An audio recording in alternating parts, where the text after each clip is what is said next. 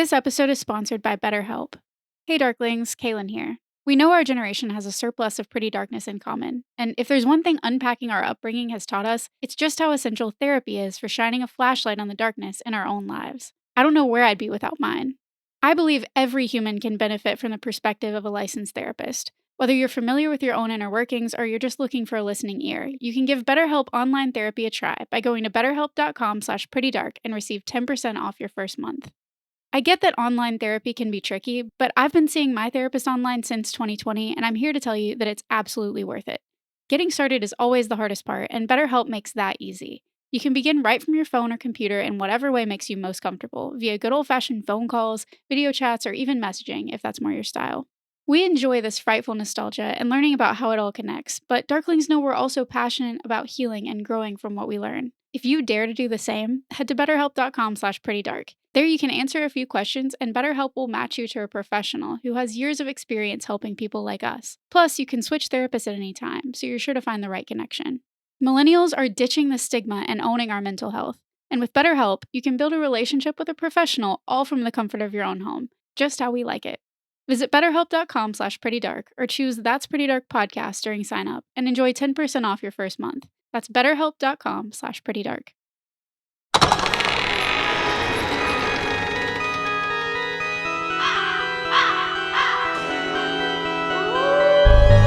You're listening to That's Pretty Dark, The podcast where we talk about all the entertainment that scared us as children and still haunts us as adults.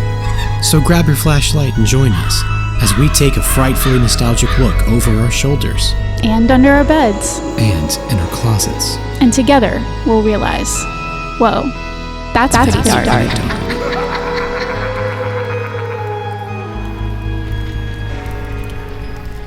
Mail. Rick Mail. With the accent, male. Mail. But apparently, the American male. Apparently I've been saying it wrong. It's not mail. It's not mail. I really think this is more of an Alabama mail versus UK thing than like the actual pronunciation I of the think name. so too. I was going to say that. I really think I'm not saying it wrong. I'm just not saying this is a regional dialect how issue. Rick would have appreciated it. Sure. From the South.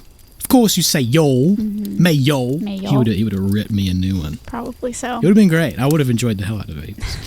I bet he was a good hang. An exhausting hang, but I think he probably would have been. If he's anything like his character, it would be interesting, to say the least. And according to him, he was. If you really want to get into the headspace I've been in, listen to some Slow Dive. Just jump right back to those early 90s. Get those vibes going. I have been listening to 90s music for sure. You've been doing it?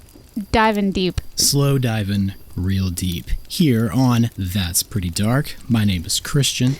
My name is Kaylin. And I feel like I got a whistle in one of my nostrils. I feel like I need to We're going to listen for it. Pick a booger and like wipe it on someone's cheek. I think that's the only solution. Definitely. If you were closer. If only I were closer. You were closer. This may be one of few/many times that I'm glad that we record at a distance. Yeah. I don't know if we need to, but sorry for the delay, guys. Yeah. We're like a week behind. I take full responsibility. It's all my fault. I was sick. I had a birthday. Y'all knew that. I work my ass off, and any day now, literally any day, I'm going to be a father. Lauren says he's like about to fall out of her body, so it's happening. Second. So we've been I've been a little bit preoccupied. It's happening soon. I've been waiting for a text, honestly. I've just been thinking. Seriously, any day. It's just going to happen to both of us. It's going to happen. Expect it. It's going to happen. So it's a good thing we're doing this tonight. We got to get it done. So let's jump right in. Let's get back to Drop Dead Fred, Part 2. We talked in Part 1 about how Kaylin never saw this movie as a kid because if it ever graced her family's shelf of VHS tapes, it certainly didn't last long. Would have been thrown right out. And that's all thanks to the first 3 minutes of this movie, during which we get the first of 11 profanities, according to the overly sensitive, hyper-Christian film review site, movieguide.org.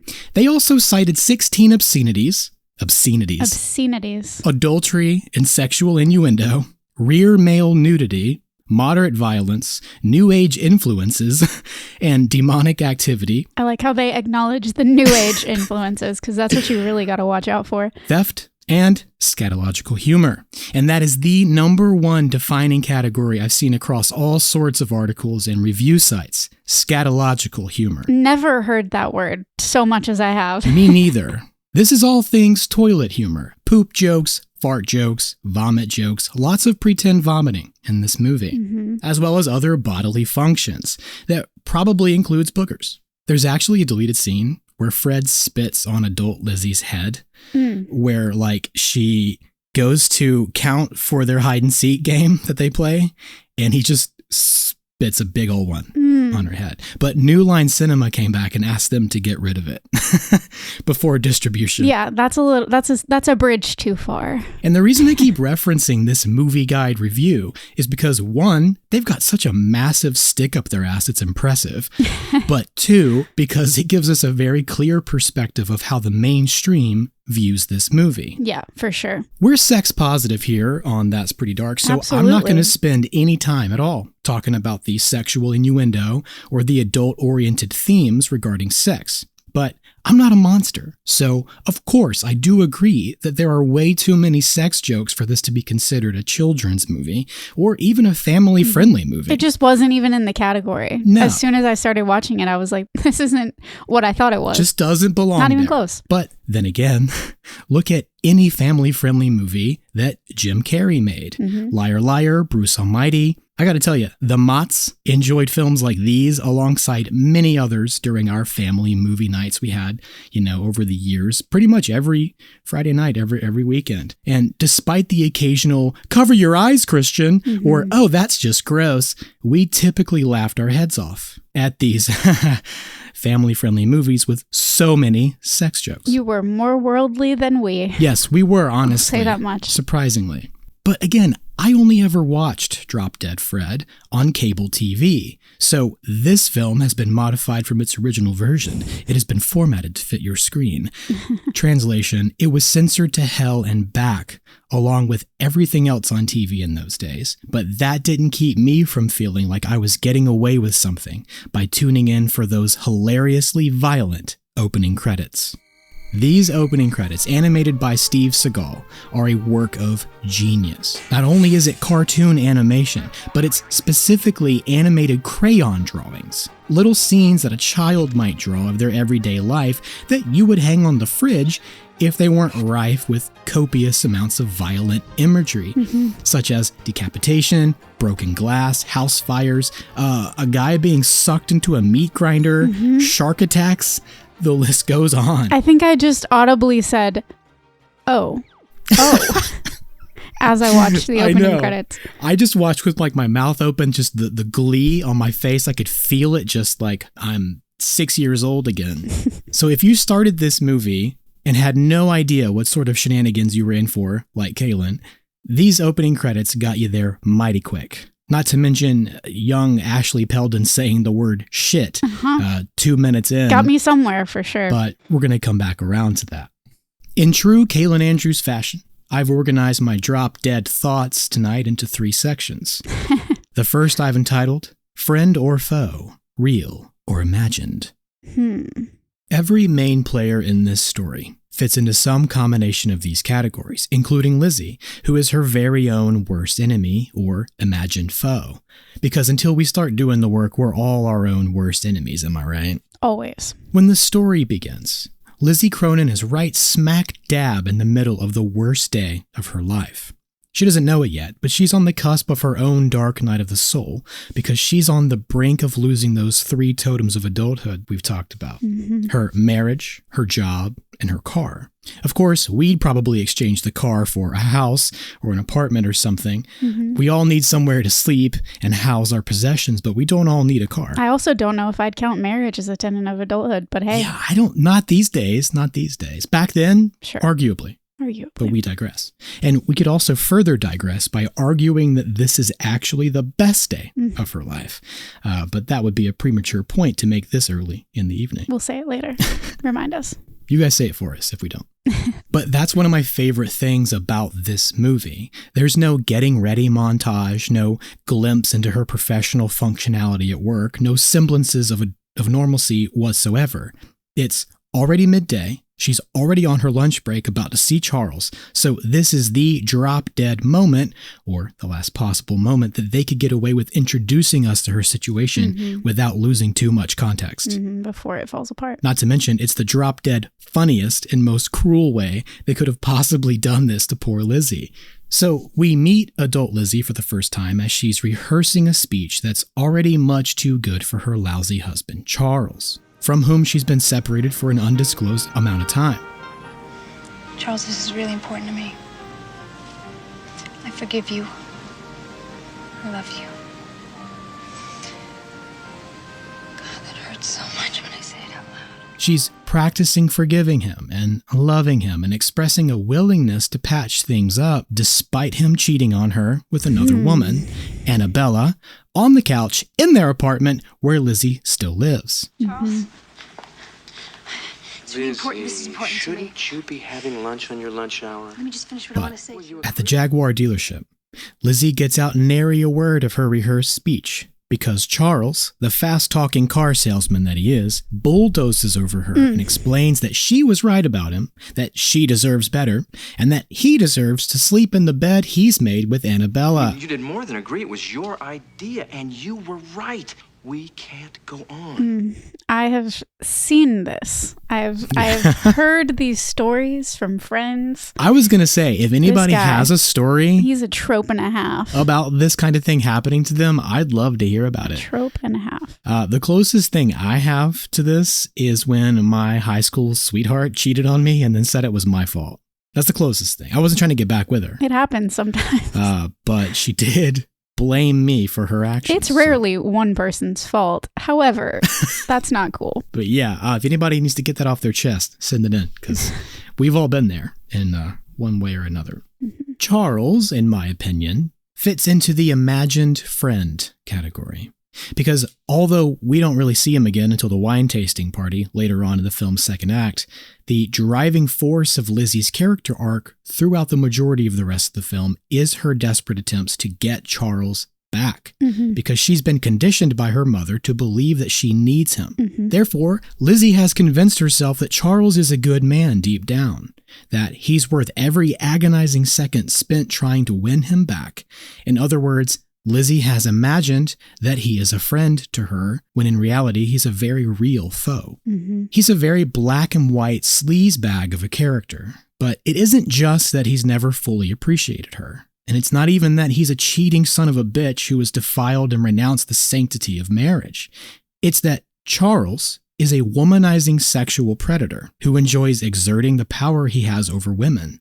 He's handsome, he's silver-tongued, he's everything that we love to hate about bullies from this era. And the worst things about him are not even the obvious things. It's the gaslighting and manipulation. The very subtle things that are very hard to explain and tell people about because it always looks different when than it actually is. Well, he said all these things. Well, was he yelling at you? What was his... Oh, I mean, no. And, did he take responsibility? Well, yeah. There's always this like slippery way around it. It's a slippery snake. That gaslighting mentality, I'm all too familiar with. The problem with men like Charles, other than that they practically come in a variety pack of all different shapes and sizes and colors, is that they tend to prey on vulnerable, unsuspecting women, like Lizzie, who are unfortunately naive enough to believe everything they say. Lizzie is emotionally fragile and eager to please and willing to do anything she can to make Charles love her. And this sort of thing makes narcissistic assholes like Charles feel very good about themselves. But the truth is that men like Charles need women to be vulnerable so that they can dominate and control them. Otherwise, they're afraid of women. You might even say they hate them. I would say that. I would say that with my whole chest. Because the breath in my lungs. It's always when the women, like Lizzie, figure them out. It's always when they have a leg to stand on or stand up for themselves that the true colors come out. That's when they turn and they show their hate for you, their disdain for you.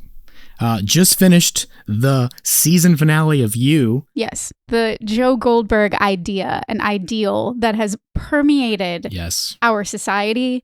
And it still feels a little bit like victim blaming to say it's all these women that romanticize it. That's why men like this get away with it. Right. No, the villain is the man. We have to center that. We have to understand that. And even as you and I are sitting here talking about it, I'm struggling to put together words because everything I say, I do want to say, confidence is attractive. There's a reason why he's attractive. You know, I give him all of this credit. He's suave. He's captivating. I'm lauding him while I'm in the process singing of his saying praises, right? that he's the problem. And this is the problem. You've been Darklings. socialized. I've been socialized to respect and praise men. to like respect this, yes. and praise men, full stop. Men, period. No, but especially a number of times I had to write like, men like this. Emotionally vulnerable women. I was like, why am I not saying people? Why am I saying women? Like I had this like, guilty moment where I was like, no, but I'm so but glad it took you there. I'm so glad. But that is the point though, that this research, like traditionally that is who they take advantage of and who society allows them to take the most advantage of. Not always, but typically, yes. Yeah. Right. We understand this is not a black and white issue. This is not black and white. There is gray. no. It filters through all aspects of life and all different kinds of gender people. roles in society. It's all. I'd like to say it's all fluid and it's all changing, but. But the example that we're given in this movie is a man and a woman. Right. We're just working off the example we've been given. Yes, for it's sure. depicted on screen. I'm sure we're going to talk about this all night long, and I'm ready for it, and I'm here for it. Just getting started. Because there is an epidemic of this kind of personality, and it was honestly kind of refreshing to see it satirized so like clearly. Yes. Because it was, and as I was watching it, I was like, this could be modern. Mm-hmm. Aside from just kind of the dynamic of what they're talking about and her career and her car and like how much she does or doesn't need him or the marriage to him in society, I think some of that has changed, but it could have been modern the way that he absolutely spun every little detail of his story. One of the most millennial movies ever made. Like, there are two sides to case. every story, but this is not the movie in which I feel the need to speak as much to that nuance as I might in other scenarios, if that makes sense. Because he is not just the character doing the things to the girl, he is representing an entire like demographic subset of a population that is harmful, and we have to call harm what harm is. And he knows exactly what he's doing. Mm-hmm. There's no like ignorance. The emotional manipulation. No... It's twofold, and like you said, it's partially her being in love with him because he has charmed her, or thinking that she's in love with him. I would argue that that's not real love in the context that we would want to think of love. No. She's infatuated with the idea of this person, and her upbringing, her family, her mother has taught her, you have to find a man like this and revolve your whole world around them lest they leave you. Like, this is your purpose in life. And we talk about it all the time on the show. But again, there is a whole demographic and subset of the population, hopefully smaller now than it once was, of women being socialized like this, even today. Oh, yeah. Right now. Absolutely. Women couldn't even open bank accounts until 1974. Like, the independence, there was not structure for female independence in this country. Until 1974. It's so funny you bring that up because there's a deleted scene where Lizzie goes to the bank and Charles has closed their joint bank account and she has no cash, no money, nothing. He strips away all of her resources. Yes, all of the financial power. They had all of the medical power. Women couldn't make medical choices and still can't, by the way, in many places and areas. And with our eroding civil rights as they leave us. Currently evolving. Women didn't have the option for a really long time. And it was still fairly new when this film came out. For sure. Sorry. But I'm getting so far ahead of you and myself. No, we are jumping right into the deep end. Like I said, I felt guilty about doing this to everybody so quickly. Were y'all even ready for that, Darklings? I don't know. I don't know if I was. I'm so ready, like... I'm in such a place in my life, I'm in such a place in my politics to be ready to make this kind of case all the time, everywhere I go. But no, I didn't expect this episode to get us there that fast. But to get us there at all, because Drop Dead Fred, it was coming. Scatological humor. It was coming. How are we even discussing this at all? Like I said, when I watched this movie, as I watched this conversation you're describing between Lizzie and Charles, I was like, the Darklings are in for it because there's some stuff that needs saying. I'm sorry, but I'm also not sorry. Not sorry. Well, after witnessing Charles putting the moves on yet another woman he wants to sleep with, Lizzie drives to a payphone on her way back to work. And while seeking the advice of her friend Janie, Lizzie's car is broken into and her purse is stolen by one man, and then another man hops in and drives away in it. Hey, that's my car! And I just realized while writing these notes that I don't think she ever called the police to report it stolen. Again, an example of just her not quite knowing how to function in society. But fun fact though, the guy who steals her purse was the film's producer, Paul Webster. Nice. Yeah. Good little cameo. And because her car is stolen, Lizzie has to make it back to work on foot, where she is so late for her job as a court reporter that she's promptly fired by the judge. I'm sorry. So am I. You're fired. And we need her to get fired because we need her to leave work early today, because we need her exiting the premises at this exact moment so that she can trip over the briefcase of Mickey Bunce, who is at the courthouse that afternoon finalizing his divorce. Lizzie? I'm Michael. Mickey. I'm Mickey Bunce. What a small world it is, Caitlin. Such a small world. Can you believe it? Can you even believe Mickey Bunce, Mickey Bunce? the one and only, with his hair like that. And his earring? And his earring. His little earring? Nah, Mickey's cool, man. I like Mickey's Mickey. cool. I like Mickey. Charles and Mickey are both new men at this point in their lives, emerging from failed relationships that they both clearly perceived as insufferable, problematic, etc., etc. But what they choose to do with this new lease on life couldn't be more different, making Mickey the antithesis of Charles. Whereas Charles is dismissive and insulting, Mickey is delighted by Lizzie's very existence. He obviously sees his serendipitous reunion with Lizzie Cronin moments after he's officially divorced as a sign from the universe that he might finally, after all this time, actually have a shot with his dream girl next door that he's clearly had a crush on for over 20 years. I get it, Mickey. If I were in your shoes, I might be seeing the signs I'd do too. the same thing. I'd be like, This is you know, it. have that like the glow, the push in, the music. It'd be all right The there. fan, her I wish hair we could have blowing. seen that. Yeah, her hair blowing. Oh man, if only this was made like a decade later. And in more ways than one, Mickey's held on to a lot of his own boyish charm and childlike wonder. And despite coming off as slightly more juvenile than Charles, Mickey's level of maturity far surpasses that of Charlie's. Yeah. I'm glad you said it like that because I think we should all be reassessing what counts as juvenile and Exactly. professionalism and what is that bullshit. Yeah, what does that even mean? Like, what the If you're is nice that and construct? polished and, then you can get away with murder, I guess is the, Jesus. is the thing, societally speaking. But yeah, give me a Mickey Bunce any day. But to provide an example, Mickey has jumped back into the dating pool and finds the whole thing silly and nerve-wracking and kind of unnecessary, whereas Charles can't wait to find out how many more notches he could put in his belt. Mickey's looking to connect. Charles is looking for power. Exactly. I was just about to say Mickey is desperate for authenticity, which is what he sees in Lizzie, for better or worse. Yeah. Not only is he the one who reminds Lizzie that she used to have an imaginary friend as a kid, but he's also quick to let her know that he always believed her about Fred. He accepted Fred, even though she was the only one who could see him. It's really sweet. I love how he's basically like, I used to pretend to have an imaginary friend, but Fred was real, all right. Yeah. So real, Mickey.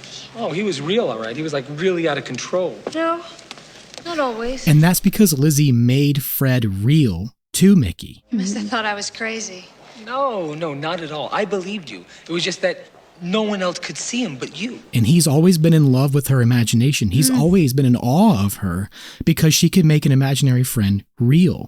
And he always wished he could. So he's always respected her. He's always looked up to Lizzie in that way. And he is like, I can't believe it. Yeah. Lizzie Cronin. Here you are. Holy shit, you're right here in front of me. Wow. I'm single. Are you? What are you up to? What's going on? That box in your hands that you got fired, huh? You just lose your job? That sucks. Wow, let's go to lunch. You want to have lunch? There's actually another deleted scene where we learn way more about Mickey. We learn what he does for a living. I want to learn way more about Mickey. When he runs into Lizzie at the bank, he's just lost Natalie, his daughter. So they go looking for her through the shopping mall and they find her at this like play area that Mickey designed. He designs children's playground areas for a living. What a guy. And he tells her, hey, I was always in love with you. Like, he's very direct. So I don't know why they changed it, why they rerouted that whole thing, but You're making me like Mickey more and more and more. he's got the guts, man. I appreciated his perspective because yes, he's seeing things in her that no one else does. He's seeing the value and yes. the potential in who she is and what she brings to the table outside of all these things she's being told are important. It's just the core of who she is. Oh, absolutely. He sees it and he validates it, and that is you can't beat it. That's what love is made of. That is exactly what love is made of. I mean, hang on to those people. At both his best and his worst. Mickey clearly misses that freedom of childhood where you got to play all the time and goof around. All the better if you're goofing around with Lizzie Cronin. But later on, about halfway through the film, when they're having their disastrous lunch date together. Which I cringed all the way through. It hurt me so much. I know. Because you're in a position where you do want them to be having a good time and they just can't. Oh, no, you look beautiful. Look, just relax. Let's have a nice lunch. And that is the opposite of what happens. Lizzie is in the throes of one of her worst Fred episodes yet, being literally puppeteered by Fred at the table, knocking her glass to the floor and throwing her plate of food across the room. But Mickey is enthralled by her freedom. Even still. You are crazy in the most wonderful way. God, I wish I could be like that. I wish I could do those kind of things. He wishes he could do those things too. So he does. He starts throwing his food around the room, and then he knocks the plates out of the hands of the maitre d', getting them both kicked out of the restaurant. And laughing hysterically all the way. I feel like the sheer glee on Mickey's face was authentically Ron Eldard, having the best day of his life on a movie set, just getting to make the biggest mess ever, getting to play this guy who's tapping into that, childhood nonsense. And as I watched it, I realized that my cringing, in a lot of this movie, my cringing is because Fred is making a scene and it's uncomfortable for everyone involved. But in this scene specifically, I think that I was waiting for Mickey to judge Lizzie because I feel that self-consciousness in myself. And I'm always waiting for that moment when I'm too much or I'm too little or, I'm trying to calibrate myself. That's neurodivergence for you, first of all. But I'm trying to calibrate myself to the, opinions of everyone in my airspace. Yeah, and sure. Me too. I was waiting for the moment when Mickey was like, I'm done with Caitlin. you. Yes, that's called hypervigilance. Yes. And I was waiting for Mickey to just up and leave. And when he didn't and he doubled down and he liked it and appreciated her anyway, I was like, oh shit. Mickey buns. I need some of this energy. Like, oh my God. Because that made the tension for me go away, release. Like, I wasn't so worried about the restaurant. I wasn't so, like, of course, obviously, we're not advocating for this to be done in a restaurant. No, yeah, I know. But it's on screen. I was no longer bothered by those things because she was accepted, and that meant a lot to me. She was seen and accepted. When she's seen and accepted, I get it. I get what it feels like to just not be doing what you would like to do or prefer to do. Your neurodivergence is preventing that. The number of times I wished I hadn't been controlled by my own mental illness. Right. That gets in the way. That prevents connection. People can't figure out what to make of you. And he doesn't even care. Part of that, granted, is because he knew her as a child and he has always loved her. There is an underlying foundation of devotion and acceptance and bias. Yes. So I don't know that it would have the same exact result if she was just on a first date. But still, there's something to be said for that. They do make you think that he's about to judge her hard because she breaks the glass and he's like, why did you do that? And then she throws her food and he goes, okay. Why did you do that? And you feel like he's about to get up and leave. Yep. Right. And then he's just like, you know what? You're so wonderful. You're right. God, I'm in love with you. There is so it's much incredible. there. There's so much there. Also, his delivery of saying like, why did you do that? Is one of the first things that I like laughed at audibly. I was like, it was just because I couldn't tell. Like I knew it seemed like you said, there was this building potential of judgment, but it was also, there was this underlying curiosity. Like he played it really well. He was genuinely so it was curious. Funny in the delivery. But yeah, that curiosity, I don't know. This scene was one that of all of the scenes in this movie that had a lot of personal resonance, because I've been reflecting a lot on like my internalized pressure to conform and feel like I'm doing it right in society. And I talk about it on the show all the time because I was diagnosed ADHD, you know, late 20s. So I had all of these years of like, I'm mirroring the behavior of others. I'm trying to figure out what I'm supposed to do and what's right in the circumstance. And I'm only just Society now is a recognizing construct. We live it's in a all a simulation. construct, and none of it really means as much as people want you to think. The rules are made up and the And I'm points don't now matter. on a journey of like finding my authentic self buried underneath all of that, on top of the post-COVID/COVID social anxiety, and trying to figure out what it means to be social again, to be with people. And I can feel myself sometimes acting weird or like not conforming properly. And I'm trying to judge myself less for that because I'm just being me instead of who I'm being told to be. So something about this moment when you're waiting for that, and it made me super uncomfortable in my body because I was like, all I wanted her to do was like explain it to him. That was the thing that got me. I was like, you're doing all these things and whatever, just use your words, open your mouth and explain it. But she couldn't. It's not necessarily the exact point. Yes, it's not the exact point they're making with this scene, but that's exactly right. She is trapped in her own head. She can't use her words. She's not there yet. But I do love how her explanation is, I'm crazy. I'm crazy. And it's like, well, you're not wrong. I am dumb, okay? That's it. That's all I've got. I do love, though, it doesn't matter what she's doing. It matters why she's doing it. That's all he wants from her is just help me understand what's happening here. Exactly. Like I said, with and the once curiosity. he does, he's like, I got it. Let's do this. I'm doing it with you. Yeah. And I've noticed that in my life when there are people who just ask questions, like any questions, when people are like not judgmental, but they're just like, hey, I want to understand this better. Like, you know, I know that you have this trauma or this thing that's causing you to feel this way. Like, when I'm asked those questions and I can just be like, you know what, this is why. I didn't really have the words to say it until you asked me. Or like, I didn't really know that I could share this until you showed curiosity about it. Right. It's like we were talking about in Pigeon Man. If we can just get a little more curious instead of being judgmental, it's going to open so many more doors, not just for us and from our perspective, but for people who do feel that judgment and feel, you know, I'm one of those people, but I'm just saying from both sides, opening the curiosity doors can open doors of connection.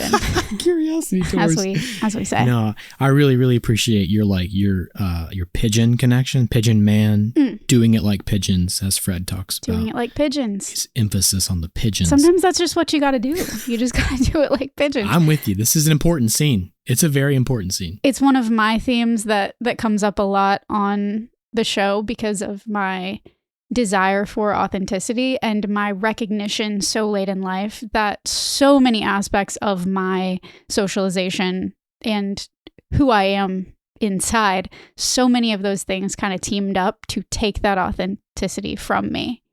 Right. And I don't want to live like that. I don't want it to be like that. And Darklings, if you're out there feeling the same way, please know you're never really alone, especially not in that. And it's very important to me. So one of my things, obviously I want this from other people. This scene where he validates her is like mind-blowingly incredible in my brain because I'm like, someone could still care about you and still love you for all of your flaws and all of your faults. They don't care. They're gonna meet you where you are. Like that is incredible to me. That is such like a beacon of hope and light. Yeah, totally. But also just having like the self-assurance and confidence to be like, this is just what I'm doing. And it's so weird how they kind of play at that with Lizzie because she is locked in. She can't use her words and I'm just screaming at her to use them. But she also doesn't necessarily even really feel the need to. She doesn't feel the need to explain herself to the restaurant. She doesn't feel the need to explain herself to her mom. Like whatever that piece is that I always, and of course some of that comes from like high control religion, other spaces where we are pressured to give that testimony and witness and explain ourselves and constantly we're expected to confess our sins. Bingo. The word to people confess. Who have no business learning about our private lives. 100%. It's an invasion of privacy. That need to be open, maybe, you know, and of course we have experienced and subverted this in all kinds of ways in our lives just to survive and get through it. But like, that bubbling like need to explain myself, I hate to be misunderstood. And I would hate for anybody to think that I was purposefully throwing the plate across the restaurant in some kind of disrespectful, rude, mean way. So I would need to explain myself. But Lizzie doesn't feel that. So crazy. That's interesting too to me. And No, I'm I sure agree. we'll talk more I about agree. like her reasons for doing what she does and why and how. Oh, absolutely. Yes. But- yes. My God. Mickey admittedly has a lot of his own work to do. That the fact that he would embrace this Yes. amount of this level of chaos, Yes. he's yearning to break free himself. Yes. And there's another side to this where his blind devotion to her is harmful to him and he needs to come back online with who he is. Like Absolutely. that's totally Absolutely. a valid like He's a real Yep. human as well. Yep. Not discounting what he does for Lizzie in this moment, or for all of us in this for all moment. of us. But And then the fearful part of Kaylin goes, anytime people accept me, is it just because they have some type of infatuation or like a blindness to it that they will one day wake up from and or they should wake up from because I that's am called imposter crazy? syndrome. That's called imposter syndrome. That's the fear we have that our listeners are going to find out we don't know what the hell we're talking about. No, they know And that already. Anybody that's still here, we're almost at 100 episodes. Oh my God. Can you believe that? Anybody that's listened to us for anywhere close to that long, they know we don't know what Raise the hell your we're hand. Who's listened to all 100 doing. Ooh, episodes? I want to know. Tell us. Not quite 100 yet. Well, I mean, almost. You know what I mean. It's coming. The main overarching point that I want to make about Mickey Bunce is, although he has his own work to do, who doesn't? At least his toxic trait is nothing more harmful than wanting to make a fool of himself in public.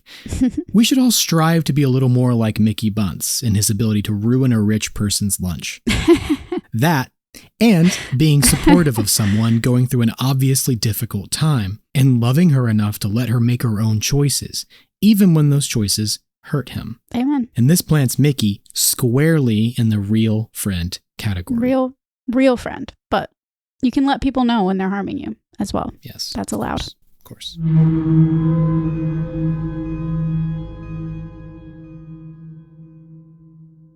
After being fired, Lizzie waits for Janie to get off work, and the two of them walk back to Lizzie's apartment as Janie starts on the very specific flavor of self-actualizing, self-help, confidence-boosting mental practices that nobody ever wants to hear when they're going through a hard time, especially ones involving the immense level of self-doubt that comes from being dumped. I did this self-actualizing workshop this week, and basically they taught us that pain is your friend. It's your humanity. Pain makes you interesting. Pain makes you interesting. It just sounds like something out of Tyler Durden's Incel Handbook. Pain is your humanity. Pain makes you interesting. I am Jack's interesting humanity. I don't know. There are so many ways to take that. I don't think I've ever said anything quite like that on like trying to comfort a friend. It's about who is embracing the brokenhearted. full spectrum of life. Sure. But she is leaning heavily onto the pain. And as end writers, of you and I things. have most definitely at some point in our lives said something about the pain or the trauma is what's going to motivate this character. You have to Sure. have these things happen to you. This is character development. That's what kids would say today. It's happening. She's doing it for the plot. This is the plot of her life. Or and as the it's- author Rick Bragg once told me, nobody ever cares about characters who are doing okay. I was like, Right. you make a point there, Yeah. Mr. Bragg. So I get it.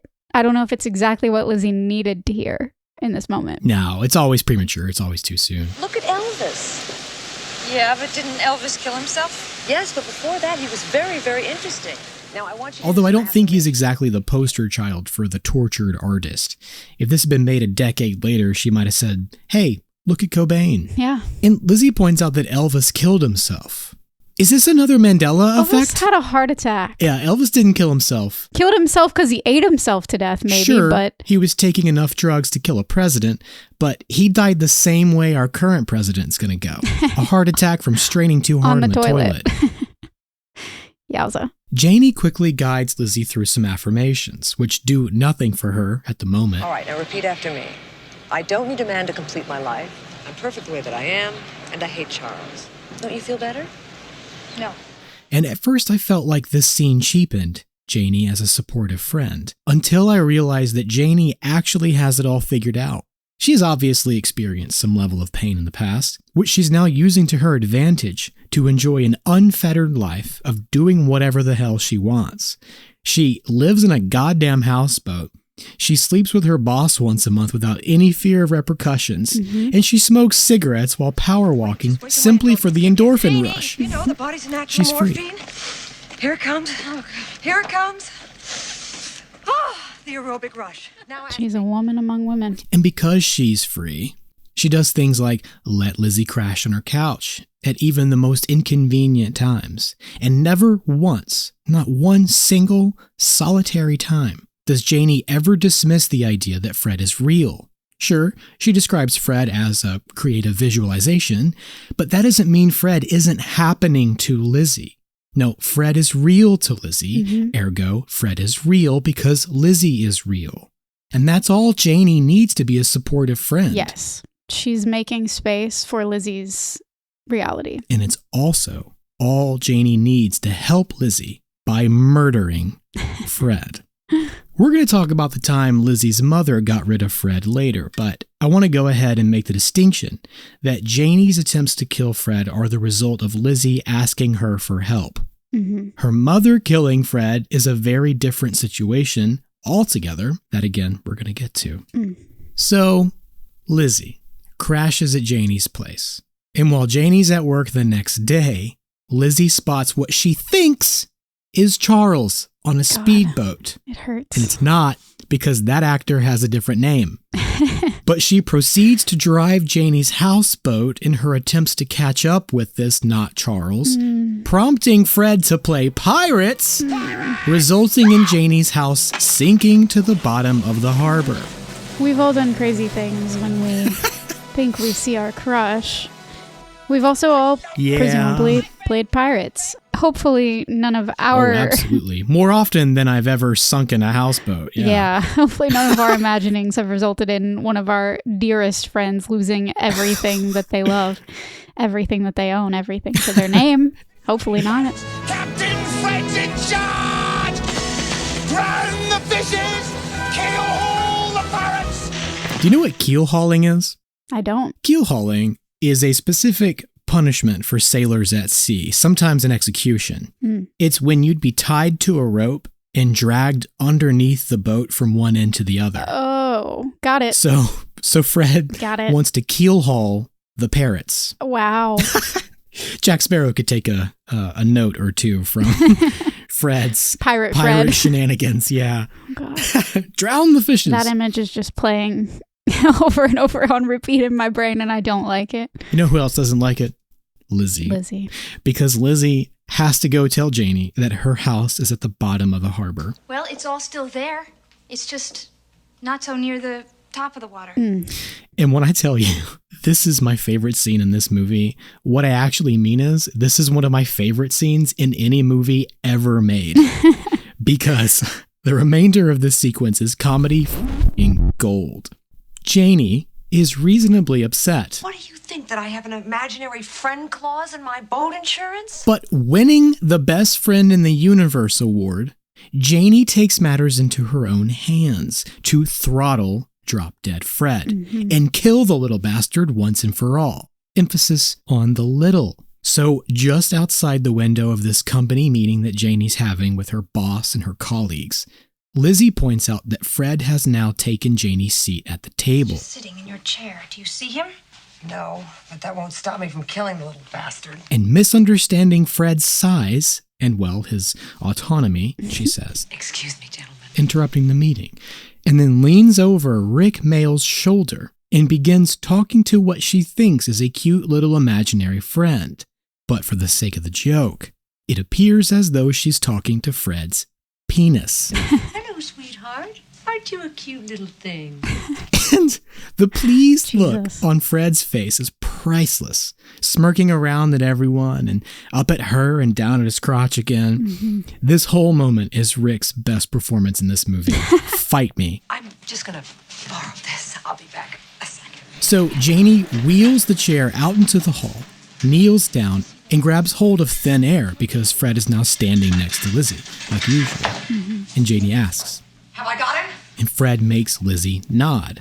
And Janie begins the absolutely hilarious charade of strangling Lizzie's little imaginary friend, slapping him, punching him before throwing him on the ground and stomping on him and then beating him with her shoe. What are you doing, Miss Chagru? I'm running for Congress. What does it look like I'm doing? Showing us all the true meaning of committing to the bit.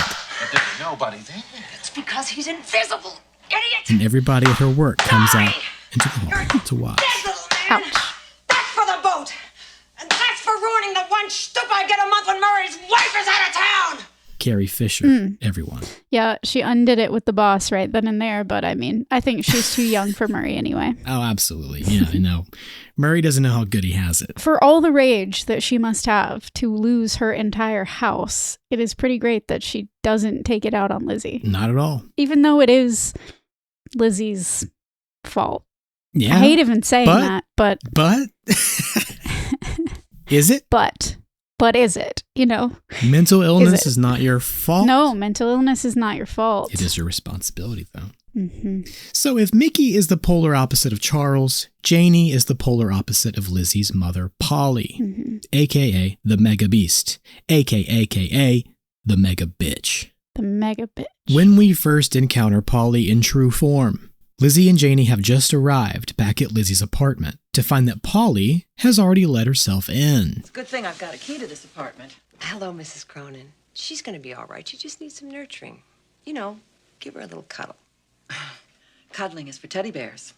Elizabeth, I've packed your things. You're coming home with me. And whereas Janie only tries to help Lizzie when she asks for it, Polly imposes herself on Lizzie to help even though Lizzie explicitly doesn't want her help. Yeah. The whole thing has this air of, you're just a little girl who's not ready for adulthood yet. Very much infantilizing her. Oh yeah. Polly's come to help Lizzie get her shit together. Not because she loves Lizzie, but because she's ashamed of her. The optics. Lizzie is an embarrassment. Yep. She thinks Lizzie's life falling apart reflects poorly back onto her, because she's much more concerned with how things appear to be than how they actually are, which she proves over and over again throughout the film. So, the burning martyr that she is, Polly invades Lizzie's existence and her privacy by showing up and insisting that Lizzie move back in with her. Yep. No, I'm staying here tonight, Mother. Don't disagree with your mother, dear. I'm staying here tonight. I'm staying here tonight. And then we start to understand the kind of effect that this imposition on a child over the course of her life, over and over and over, as she is on her quest to grow up and individuate and find autonomy, might have. Yes. It becomes painfully clear very quickly. Absolutely. And again, like you said, Polly's motivation for doing said things, you realize that that was probably her motivation for most of Lizzie's life. I still love the smash cut from I'm staying here tonight to them pulling back up to the house. It's a very powerful visual cue that mother always gets her way. It's a Gilmore Girls-esque feeling. That's it. That's who she reminds me of. There's a lot of Emily Gilmore, down to the Emily Gilmore phenomenon of looking younger when you're older. Yes. Dude, when they're all in the apartment together, yeah. I was like, I got wait, how old is super Janie? confused by that because she totally looks younger the older that she gets. And maybe that was on purpose because we see Lizzie's mother's priorities and how much effort she might take in looking younger as she does age. I don't know. Could be. Don't know. Emily Gilmore effect. She does the Emily Gilmore effect. Get better with age. Physically, anyway.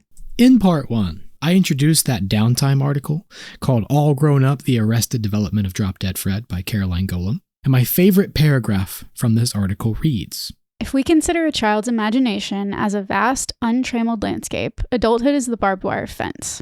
Where once a lush green expanse spread to the horizon, now free grazing is hemmed in by grown-up life and its myriad indignities. Experts and pundits increasingly look to modern capitalism as an explanation for our pervasive ennui, but whether this recent development provides an all-purpose answer is still up for debate. Just a generation prior, speculation laid this blame at the feet of an altogether different villain for our collective neuroses, the undefeatable, awesome force of an overbearing mother. Though contemporary trends have shifted away from this admittedly sexist, hyper-convenient devil, the specter of the refrigerator mother continues to haunt our fictional lives. Get it? Refrigerator? Because like she's like cold and stoic and like has what you need inside of her, but like she can't love you. You get it? You get it? You get it? I get it. It's clever. I like this article. I'm a fan of whoever wrote this. This is the one I said that was like incredibly insightful and like enlightened, and I was in love with everything they wrote. Wow. So Caroline, we're proud of you. Wow, thank you, Caroline, for your contribution for words to onto paper. She's also a filmmaker. Our collective psyches. Yeah. Those are words that I've been trying to express for a long time. I have reflected on this phenomenon over the years so often. The older that I get, the more I age into society's downfall of the woman, you know, as you reach the pinnacle and then you descend. Right. I've thought about it a lot, and I've thought about the way that women are villainized, but I've thought about the way that mothers are villainized. Mothers are often villainized within their own families, when the reality is oftentimes they're the ones holding all of the bullshit together. You know, they're holding it all together. My mom was 100% is, honestly. And she would hate that I used the word bullshit to describe it. But I think that she and all mothers, my mother included, have such a power. They have all of the emotional and like unseen mental labor of keeping a family running, a house running, all those things. And it's double-handed because we expect all of this from them fully and completely. We give them no grace for when they're unable to complete every task as they should, or as we believe that they should. Yeah. And then by the same token, we villainize them for it. A lot of women are called nagging, and the nagging mother and that whole trope of existence. The nagging wife, yeah. The nagging wife. It is so complicated and complex and frustrating. And when you look at it from a more like feminist point of view, we recognize that really what we're doing is just absolving the men of both sides of the equation. Sure. You know what I mean? Yeah. Men get away with all of it to do as much or as little as they please. We see it all the time. Even in our generation, fathers for doing the bare minimum are lauded as incredible, wonderful, amazing, spectacular. Right. And women, mothers, who are doing everything can somehow still never do enough. Well put. The complexity of this goes back so many generations. When women had no visible power or societal power, but they had all of the familial power. And of course, we're speaking in a gender binary because this conversation kind of, you know, needs that framework. But there's so much to be said. But I think the most important thing to say is that it's not fair. It's not at all fair what we do to women in our society, and mothers and not mothers alike. It's not fair, but right. Especially as we are, you know, we're closing in on Mother's Day. And for this conversation around Polly, she is the villain, you know, in this story in a lot of ways, because she has passed all of this stuff down to her daughter. And I would say there are a lot of ways that we could kind of pull that apart.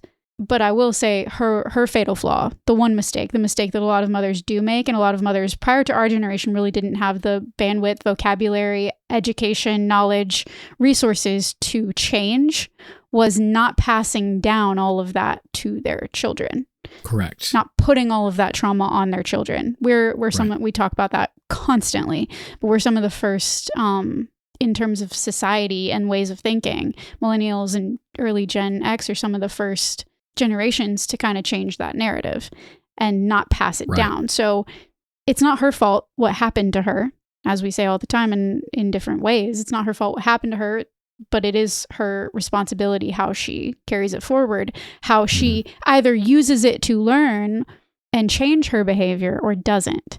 And in the case of Polly's relationship with Lizzie, she doesn't use it to either of their benefit at all. Right. And she's played for this, again, kind of propped up, satirical, one-dimensional version of a mother figure that we villainize in fiction, as Caroline's article so eloquently said. Yes. She's propped up as this picture of it that we can all be mad at and feel righteous about, because there is valid anger, and all of us have it. At both parents. At both parents. All of us have a lot of that yes. within us if we are honest with ourselves, I think. But absolutely. You know, I've got the father wound. Yeah, sure. Big time. Even in the most seemingly wonderful of situations, we're all people, and people are never going to be perfect to one another. But we can do better. Right. And we can try to do better. And as is depicted with Polly, she doesn't try. She has that one track optical delusion. Like, she needs to be presenting a certain way, and she also has that narcissistic tendency to project or to assume Lizzie as a part of herself. Right. Lizzie is just a piece of her that she can't control, and that's what makes her so angry. It's not that Lizzie is hurting. It's not that, you know, Lizzie's being mistreated. She doesn't see any of that because she doesn't really see Lizzie as a person. She sees Lizzie as an extension of her own existence and ego. Yes, 100%. Sorry, I'm just steamrolling this point. Nailed it. It is. You got it. I could write dissertations and papers on it, because it's not fair how we treat women. But then what do we do with the pain? You know, where do we put the pain, and where do we place it? In this case, you know, I think it's being fictionalized. It's being examined in that way. I don't fault people for being upset for having that wound. It is a very real thing. But I think the thing we should be angry about is how they handled it, not so much who they were, because we make it a character judgment rather than a behavior, I guess. It's not who you are, it's what you're doing. Behavioral, or like a societal commentary on absolutely how they were raised and what they were taught was the way to be a mother, the proper way to raise a child, things like that. Right. And you don't know what you don't know. It's just that not only was it difficult to seek out that knowledge, a lot of people didn't know that they needed to. You mean there's a different way to do that? Different way to do it. I never And a lot of that. People's beliefs still don't allow space for that and room for that to happen. Which is why I feel strongly about sitting here talking about it, you know? Yeah. So happy Mother's Day to all you mothers Happy Mother's out there. Day. You're never going to win. You're never going to be enough. You're never going to be able to do it right. And your kids are probably going to grow up and have a problem with some part or all of what you for did. Everything. But you know what? Nobody loves you like your mom or mother figure. Why do I have that Band of Horses song? No one's going to love you more than I do. Also, Joe Goldberg. Yeah, no, that's true. No one will ever love you more than your mother does. That's true. And I don't say that. There are plenty of mothers that maybe didn't show or have or express the love, and that's a different kind of mother wound. We're talking about the present mother wound. Nobody will ever love you the same way your mother does. Maybe not. Yeah. More is not the qualifier. Maybe it's the same way. It looks different for everybody, but we all have one. You know, we all got here somehow. Yes. And obviously, the conversation isn't just biological. You know, there are all kinds of different families and adoptive and all kinds of situations and people who may have guided or parented you. And any number of those people can equally equally put you up. So in addition to Mother's Day, there's other Mother's Day. 500 Days of Summer. 500 Days of Summer. So that's a good one. Not to interrupt you. No. I think that I think that I'm done now. I think my soapbox has been fully soaped. Totally lathered up. Ready to get clean. Sudsies. Whereas Emily Gilmore has some genuinely redeeming qualities. Absolutely, yes. Polly is given 0 in this movie. It's unapologetically mother hating from beginning to end. So forgive us caricature for having to discuss it in these terms because Polly's not the villain of this story, but Polly is the villain of Lizzie's life. Yes. She is the antagonist of Lizzie's existence. So that's how we have to talk about it because that's the movie that was made. And it's like I said, we recognize this is a one-dimensional caricature, which is why I just did that entire preamble to let you know, dear Darklings out there, that we know there's more to the story in life. So please don't give us your 1-star review talking about how we hate mothers because we don't. No, definitely not. We love mothers them. Are the best, the strongest. They're like so cool, you know. So they hang cool. out with moms and stuff. Stacey's mom's got it going on. It's all I want, and I've waited for so long. So, despite being a cliche, Lizzie's cold, heartless, unfeeling, overbearing mother is the clearest real foe that this film has to offer. But she's also the most complicated character, despite being a caricature of a one-dimensional there we go. type of, what's the word? Archetype. archetype. Thank you. You're welcome. She is the active antagonist to Lizzie's passive protagonist, and she seems to have made it her life's goal to vanquish drop-dead Fred, which is super ironic considering Polly herself is the reason Lizzie needed an imaginary friend in the first place. Yeah, the reason he exists. God, there are so many things you could say psychologically about that. Oh, and we're gonna.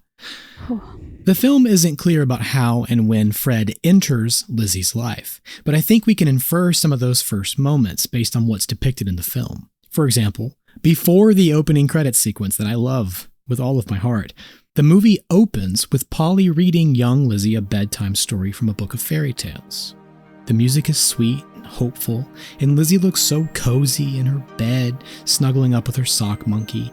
And they know exactly what they're doing here, playing into that very familiar scene where a young girl is first met with dreams of falling in love and living happily ever after. They live happily ever after. Of course, Elizabeth. She was a good little girl. If she had been naughty, the prince would have run away. So Lizzie says. What a pile of shit. And because Fred isn't there in the room with them, I believe this is from a time before Fred. This is who Lizzie was. Yes, I think Lizzie's outright rejection of her mother's heavy-handed moral is what prompts Polly to begin a very strict, oppressive regimen of child-rearing tactics that sought to punish Lizzie for being contrarian and strong-minded, and, for disagreeing with Mother and using unladylike language. So, in tightening the leash to the point of choking her, Polly begins to emotionally and psychologically abuse Lizzie in her attempts to control her. And because Lizzie suddenly began being ridiculed and yelled at for no greater offense than being a child, Drop-Dead Fred came to the rescue, giving Lizzie back all the rambunctious childhood that had been swiftly stripped away from her by her very angry, concerned, afraid mother, which ultimately made things much worse for Polly before she was ever successfully able to break Lizzie, crush her to pieces, and remold her into the daughter she'd always wanted. The strong-mindedness, like you said, didn't disappear. It just found a new outlet. And 21 years later, when adult Lizzie has a total nervous breakdown stemming directly from her unresolved childhood trauma, Polly slips right back into that same old mindset. It worked before. It can work again. Caroline Golem continues. Mrs. Cronin is determined to destroy Drop-Dead Fred at any cost, even at the expense of Lizzie's identity, by breaking down her daughter's autonomy and rebuilding it as a carbon copy of herself. Poop and barf jokes aside, Lizzie's infantilization is the film's true perversion. Ding, ding, ding. I said it, but not as well as Caroline. The whole carbon copy of herself thing rings true, because she literally does this with Lizzie's makeover to get Charles back. By the time they're done, they're wearing matching outfits and hairstyles. Painful. So what are all these horrible crimes committed by Mrs. Cronin? This woman who, as Mickey points out, all the neighborhood kids were afraid of. Well, there are the more vague things like not wanting Lizzie to be a kid, caring way more about appearances than her own daughter's well-being, and always acting as the burning martyr, literally going out of her way to do things for Lizzie and then insist on a heartfelt thank you. Who does she think she is, J.D. Vance? Nobody asked for that. But then there are more obvious things like telling young Lizzie that she doesn't love her very much anymore. There's siding with Charles in every situation, no matter how it affects adult Lizzie. Yowza. There's dragging her to a child psychiatrist and not only pumping her full of antipsychotics that she doesn't want, but also hiring a full-time live-in nurse to hold her hostage against her will. And it's so interesting, too, that even in this film and the way that the role of the mother is kind of displayed, she often is, especially when Lizzie's a kid, she often is just trying to control the chaos and keep Lizzie safe. Yeah. Keep her from hurting herself. Well, yeah, keep her from making a huge mess in the house, too, though. Yeah. I mean, she's just trying to keep it reined we in. really don't see a whole heck of a lot of her as a kid. No. So it's difficult to discuss. Yeah, these are little because- moments that we see. Very short memories. That's kind of why I phrased that question of like, so what are the crimes against Mrs. Cronin? Because there's not a lot to the childhood that makes this a suitable outcome for Lizzie as an adult. Like that's the thing is I was like, if we could just see one really severe instance of abuse. But that's kind of the point. It's like that isn't always even there. Suggested or implied. I agree with you, but that's kind of what they're saying is like, that doesn't have to be there to totally fuck you up. That's also true. You know, that is what they're saying. But I just, it's worth saying that like, she's just trying to like, it is about the optics in a lot of cases, but sometimes she's just trying to get Lizzie to chill. Like what parent hasn't been frustrated to that point, you know? Or not to that point, but frustrated. I think the worst stuff is off screen. I don't think we actually see the worst of it. Yeah. And I think that's because they don't show us the monster. They wanted to keep this a lighthearted comedy. Right. And you can't do that when you're smacking kids around. No. So they really wrote themselves into a whole bunch of corners and didn't really know how to get back out. So they just said, well, she was horrible to her. So there it is. She was bad. She was a bad mother. Yeah. Just believe us. Yeah. And possibly worst of all, they're telling her that she's the reason her father left in the first place. Unreal. Unreal. Unjustified, and it happens all the unreasonable. time. I know it does. Happens all the time. We all know that isn't true, of course, because we learn in a flashback sequence that Lizzie's father, Nigel, who's played by Daniel Garrell, by the way, left because Polly was an insufferable woman who made them all miserable like it was her job. But I'm also going to add that Nigel left because he's a spineless coward who couldn't be bothered to stick around to protect his daughter from the woman that he thought was a monster. So, you know, he's not blameless either. We're all just trying to survive. I mean, even Polly's worst instincts, again, are for survival. Women couldn't survive in society without their male counterpart for a long time. It's all, we're just trying to live. We're just trying to exist. That's what I'm doing. And these coping mechanisms every day can really turn painful for everyone involved. For sure. Lots of blame being thrown when they're around. no longer necessary. And it's funny, you know, speaking of Nigel, some people on the internet have pointed out that the reason Fred is British is because Lizzie's father is British. Meaning Fred is the very present and fun, but also nurturing father that Lizzie wished Nigel would be. I will be your preacher. I don't know if that's what Ate de Jong intended or not, but it would make a lot of sense, which is very similar to what we discussed with, you know, Labyrinth and how she visualizes the Goblin King as the man her mother left her father for. Yep. So we've already kind of touched on that, but that's the same sort of projection. Yep, because I mean, it's filling a void in your own life, right? It's all very Freudian. We recognize, and not all psychology is made equal. And you know, there are pieces and parts of this that are true, but it's very interesting the effect that those early attachments have on our later attachment. Yeah. For better or for worse. You and Caroline should hang out because the context she provides, the beginning of her article about this movie, is Freud and his psychology and everything that he presented you gotta go there. in the early 1900s you gotta and how go there. that shaped modern psychology. Yeah. I'd love to. It's all the same Call stuff. us up, Caroline. Can we have you on the show? Like, we will just do an extra That'd be fun. Drop Dead Fred episode about this phenomenon. Polly eventually admits that the only reason she had a child was to save their marriage, which doesn't come as a surprise, but it does allow for some very interesting commentary as it pertains to Polly's favorite flower, the pink gladiolus, which she not only plants in the garden, but also keeps in vases around the house, despite young Lizzie being allergic to them. The gladiolus. This has to have been intentional, because pink gladiolus, specifically pink, represent motherly love. There's no way it wasn't intentional. And because Polly's motherly love is so artificial, Lizzie is allergic to it. Artificial and suffocating. It's also telling that Lizzie's pink gladiolus sneezes always send Fred flying across the room. Like it's this chain reaction. Because there's this like implosion. There's this explosion. You know, it's something that she can't contain. It's a sneeze. This rejection right. It's of a that. Reaction it's to, an automatic reaction.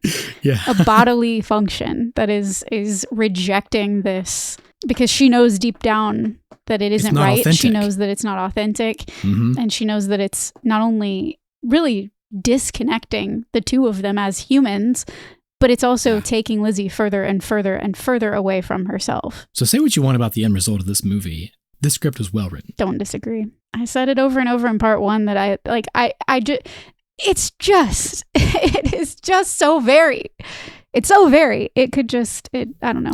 I would just tweak it a little. That's all. I know. That's all I want to do. I know. Just tweak it. So as you watch this movie, keep in mind that these are the people who raised Lizzie. They didn't love each other, and neither of them wanted a child to begin with, leaving young Lizzie with two extreme ends of the same traumatic spectrum: a neglectful, emotionally absent father, and an abusive, emotionally turbulent mother. Mm-hmm. And that brings me to my next section: Arrested Development, the tragicomedy of Lizzie Cronin.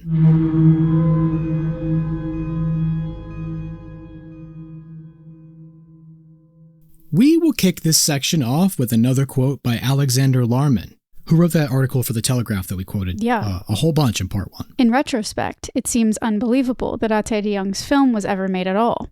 The tale of a depressed and anxious woman who summons up the outrageous Fred, her childhood imaginary friend.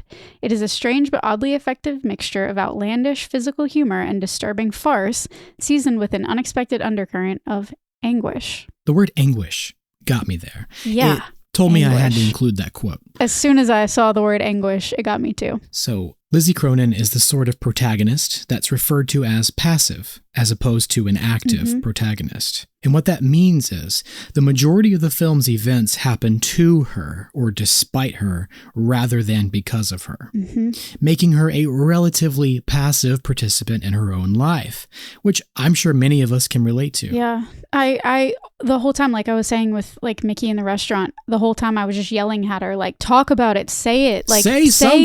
Use your words. But she's always so like wide-eyed and okay with everything. And that's a trauma response, right? She's freezing in the face of these events. It's fight, flight, freeze, or submit. Aren't there like 4 of them now? Fawn? Okay. That's basically just submitting to whatever it is. The 4 F's of trauma. And she's just freezing up. And it bothered me so much as I watched because, again, that makes me uncomfortable because my trauma response to similar events or stimuli is to fawn. I then make it all okay. I lighten the mood. I make the joke. I just kind of roll over and she rolls over, but in such like a frozen way. It's right. And it freaks me out because that's not how I would handle the situation. Not saying that I never freeze, but you know what I mean. Lizzie does very little to help herself. Right. Even when I feel like she could. When she could, exactly. And the few times that she does actively participate, it's usually to please another person. So either she freezes or she fawns, but usually she freezes. And one could argue that the majority... And usually it's to please Fred. Yeah, I was just about to say. Which is weird one and could twisty. Argue, and twisty-turny. One could argue that the majority of things she does to help herself are not done of her own volition, but at Fred's insistence. Yeah. But that's a whole other Jack in the Box. Oh. And speaking of Fred, his presence is the point of this entire film. When adult Lizzie's life falls apart, her childhood imaginary friend comes back from the dead or the past or wherever he's been this whole time to help her put her life back together again. It's been 21 years since she last saw him, and the truth is she's blocked out so much of her childhood that she actually forgot Fred existed until Mickey Bunce is good enough to remind her. In other words, in her subconscious attempts to throw out all the bad, Lizzie threw out all the good, too. Lost childhood memories is an extremely common symptom of childhood trauma, which is part of the f***ed up nature of it. A lot of folks are walking around with unresolved childhood trauma thinking they don't have any, but only because they can't remember it. It's like Neville Longbottom with his Remember All. He's clearly forgotten something, but he can't remember what it is he's forgotten. Now, while the science behind memory loss with childhood trauma is straightforward and makes a lot more sense than I ever realized, our discussion of it's going to be messy as hell. And that's because Lizzie's experience with it is all wrapped up in the existence of Drop Dead Fred. See, When a kid has an imaginary friend, it's a very natural part of their development that has many positive benefits cognitively, emotionally, creatively, and can even help with verbal expression by enriching their vocabulary.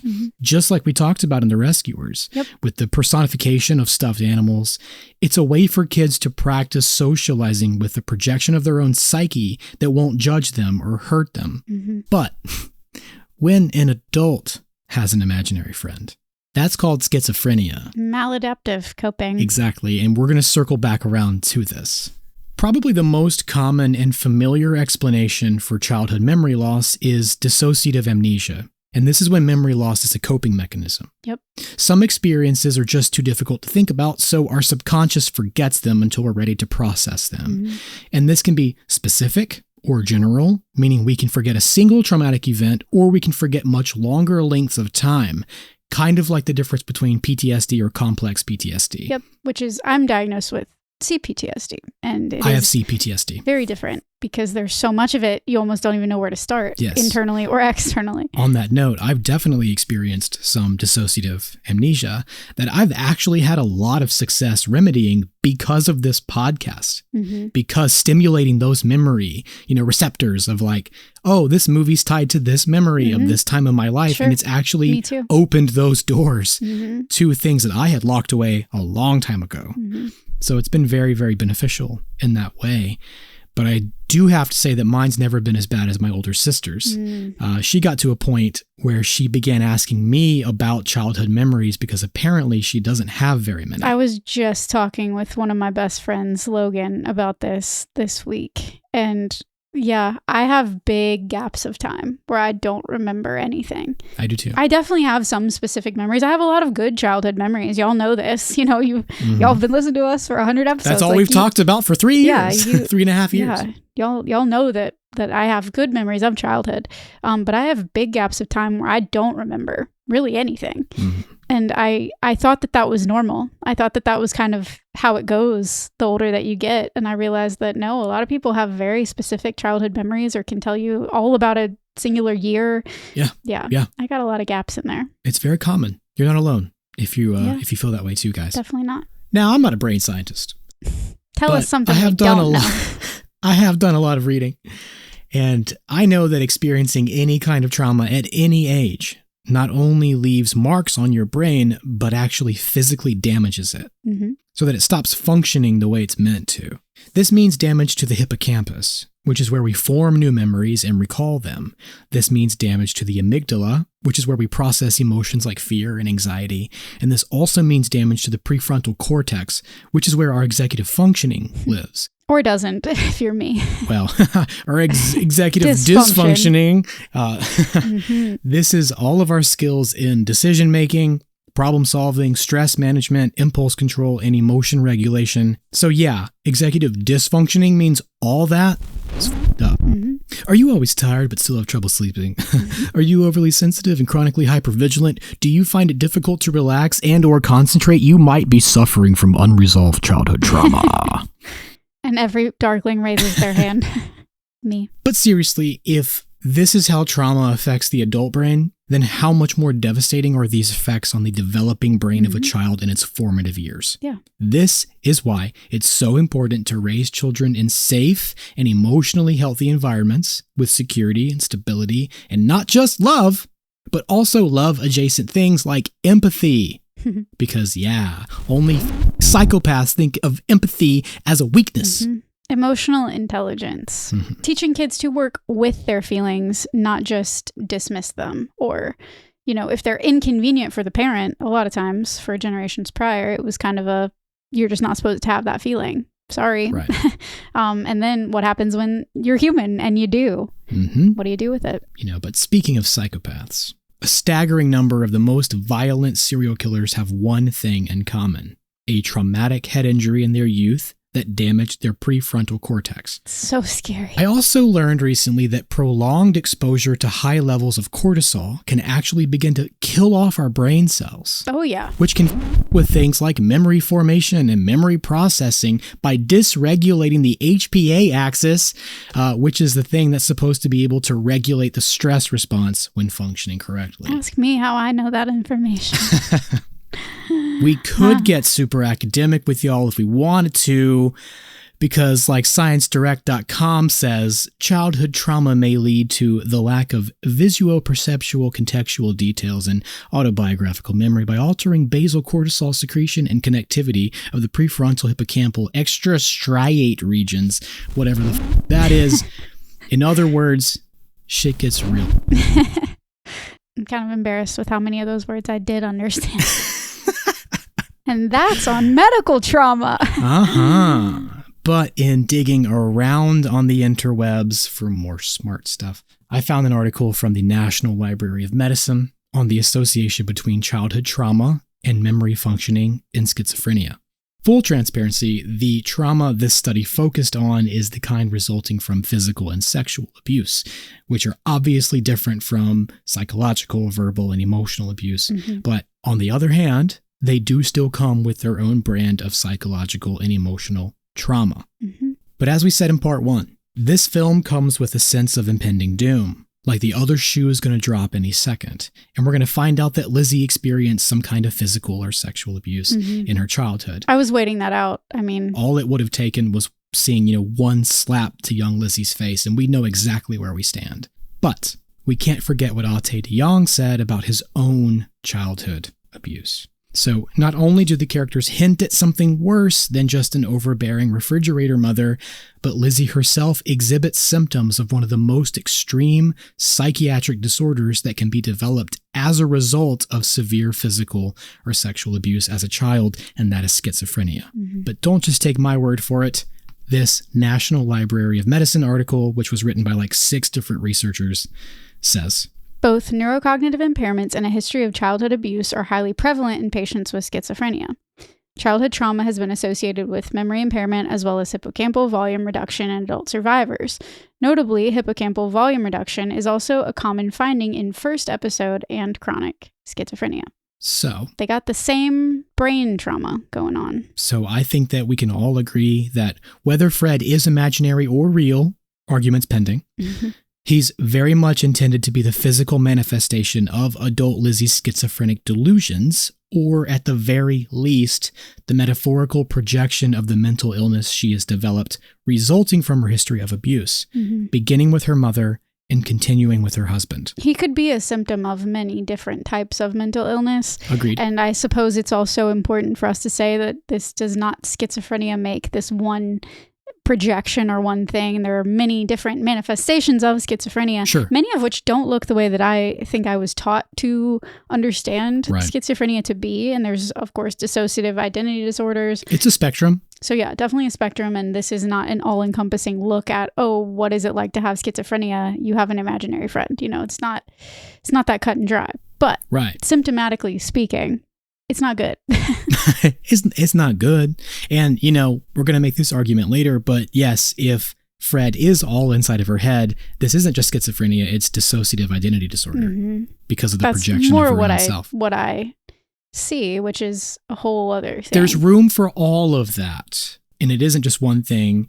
People are asking the question online, is Drop Dead Fred a metaphor for ADHD? It's like, it's more complicated than that, but you're not wrong. You could read it that way too. You're not wrong. For sure you could. He's obviously anxiety and depression. It's obviously all of these things wrapped into one, visual projection. I mean, just a creative visualization. A fictionalization of mental illness. So Lizzie's lifelong abuse has been so severe and so thorough that when she's dealt a blow devastating enough to practically reverse 21 years of growing up. As much as she really was capable of doing anyway. Yeah, as much as she could. Progress is progress, is it not? Yeah. She develops schizophrenia or, fill in the blank mental illness. She develops this mental illness, resulting in Lizzie committing a plethora of social atrocities, such as smearing dog poo all over her mother's living room, trashing upscale restaurants, sinking houseboats, and physically assaulting strangers in public. And these filmmakers chose to make this a comedy. Yeah. They made a comedy, a family-friendly comedy about this. Those words are so debatable. I know, but that's what they did, and that's how they marketed this movie. They're wild for that. Again, They weren't blaming Lizzie. They're wild for that. They're wild for that.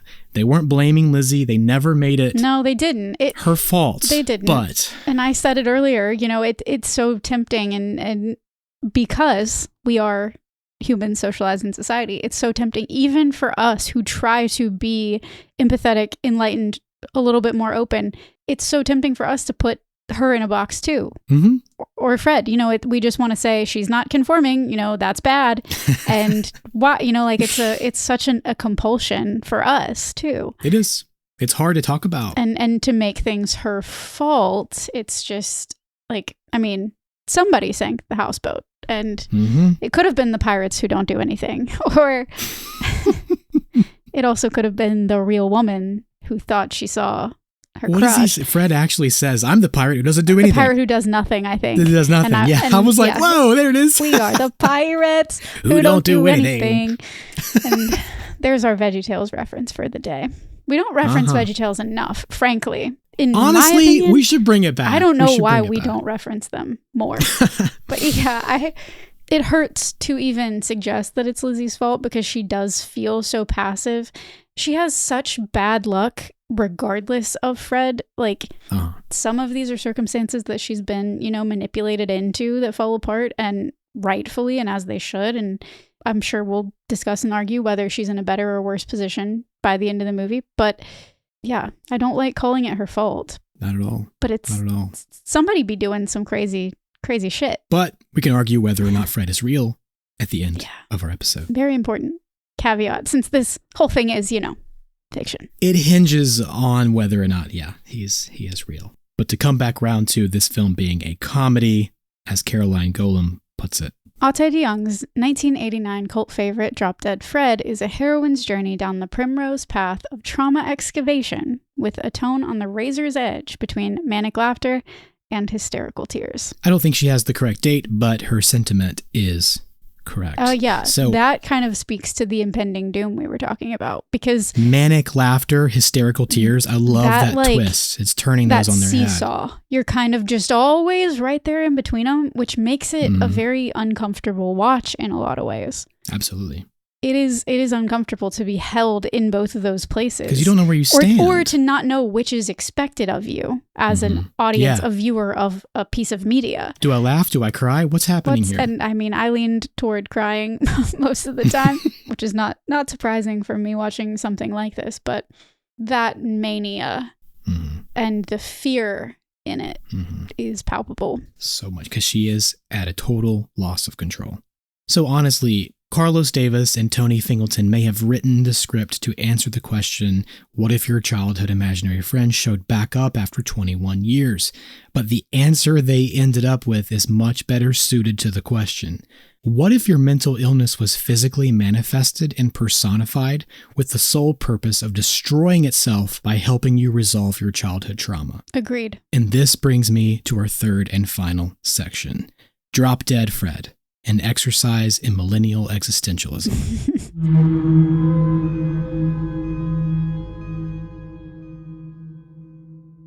If you want my opinion, we witness the very first moment Fred enters young Lizzie's life. And I think it's not too long after calling her mother's fairy tale moral a pile of shit. She's lying in bed late at night, wide awake, full of thoughts and worries, and I can relate. I did that all the time as a kid. Me too.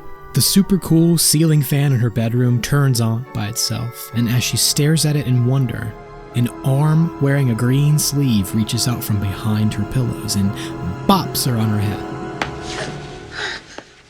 And I believe this is the first encounter because young Lizzie is startled and afraid. Not to mention it's paralleled with and woven through the moments of Fred's resurrection in adult Lizzie's life. She's just been brought back home by her mother, who expects Lizzie's gratitude for making up her old bed for her.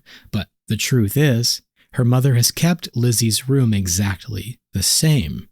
It's immaculate. It's pink as And that wicker furniture that we all had. I had that wicker furniture. That was in my childhood bedroom. I had solid wood furniture from the 1950s. Thank you very much. Because you were a boy. Yeah, that's right. So not only is this a time capsule of Lizzie's youth that her mother can finally enjoy in its perfect form, in other words, not ruined by an actual child's existence, but it's kept in pristine condition like a museum, containing all the relics of a time when her mother felt her most powerful, because she had just tamed the beast that was her daughter. Yowza. But this is also a prison for all of Lizzie's lost childhood memories. I was going to call it a prison. Her mother's expecting all of this gratitude that she has her old room and her old bed and how nice this is of me to be doing this for you. Yeah, but she's doing a perp She's walk. really just putting her in a prison cell and then literally tying her down. Yes. So. And because it's still a little girl's bedroom, even the toys are still tucked away in the closet. And when Lizzie goes wandering around the room, taking in all that nostalgia, some toys end up spilling out onto the floor, amongst which is an old Jack-in-the-Box that's been taped shut, and she fixates on it, and she sets it on the windowsill by her bed. You can tell Lizzie hasn't been back in this house since she left, but, who can blame her for not going back sooner? I lived with my parents again briefly after my divorce when I was in my early 20s, and a lot of it was still intact then from my teenage years. I had like a memory board on the wall with like movie tickets, and everything was pretty much how I left it in places like that. It was lived in, other things happened in guest room, whatever. But like there were pieces of it where it was like, I put this on this wall when I was 16 and it hasn't been touched since. Yeah. That's a hard... That was trippy. Going back home is hard. In the past 10 years, a lot of that has changed. Yeah, for the better. I moved out, lived in my apartment and then the townhouse for a few years, and then when I was going to buy a house, I had nowhere to live because my lease was up. So I moved back home for 10 months. And it's a mind going back to your childhood bedroom and sleeping in your same bed and listening to those same sounds. The same sounds. That the house has at nighttime. Oh my God. Like my dad in the living room watching TV and then falling asleep and then snoring while I was watching TV. Yeah. The first night back, I cried myself to sleep because I couldn't believe I was back here. Yeah. And I didn't even go back because my life fell apart. I went back because my life was about to get better. Like I was about to improve my existence by buying a house and like progress and moving on. So I cannot imagine being in like Lizzie's position. Yeah, I can because I kind of did it. Different circumstances and reasons, but yeah, and honestly, I can see how it would break you. When I moved back in, speaking of how it could break you, when I moved back in, so I would have been 23, when I moved back in, and for the months that I was there, I was only there for, I don't even remember how long, but not even a full year. And when I first moved in, I couldn't sleep in my room. I slept in my sister's room. Hey, I get that. I was in the state of trauma that I was in.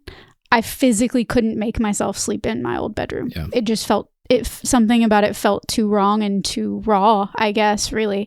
I was in such a bad, that's the lowest point, one of the lowest points, not the lowest, unfortunately, but one of the lowest points of my life. And I remember not being able to get that close to my former self. So I get it, Lizzie. Yep. I understand. It is wild. Difference was I had just started a new job rather than being let go from one. In feeling all these things, somehow adult Lizzie can fall asleep in her childhood bed. And don't know how. Dreaming of the night she first met Fred, getting bopped on the head. It's a Dr. Seuss book. In the land of Nod.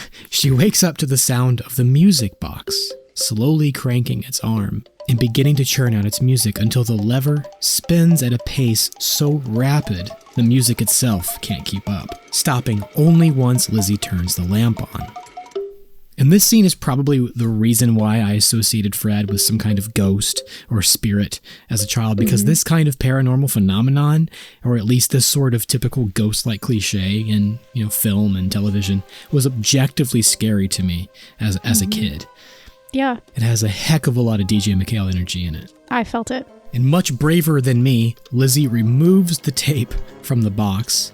The lid opens, and out pops a little green and orange ball that ping-pongs around the room and always reminded me of that little fib from VeggieTales.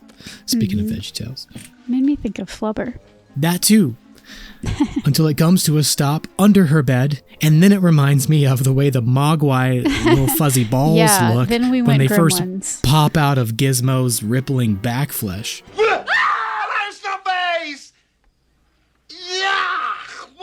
wonder, you! Look at you! You're all older! You're even uglier! Ugh! I'm sorry, I'm gonna have to be sick all over you immediately. Lie down. And pent up with the energy of over 7,000 missed sunrises, Fred starts to go a mile a minute about how Lizzie is all grown up, which he copes with by expressing his excitement about there being a lot of grown-up things to smash. Grown up. Great. That means there's a load of grown up things to smash. Ha!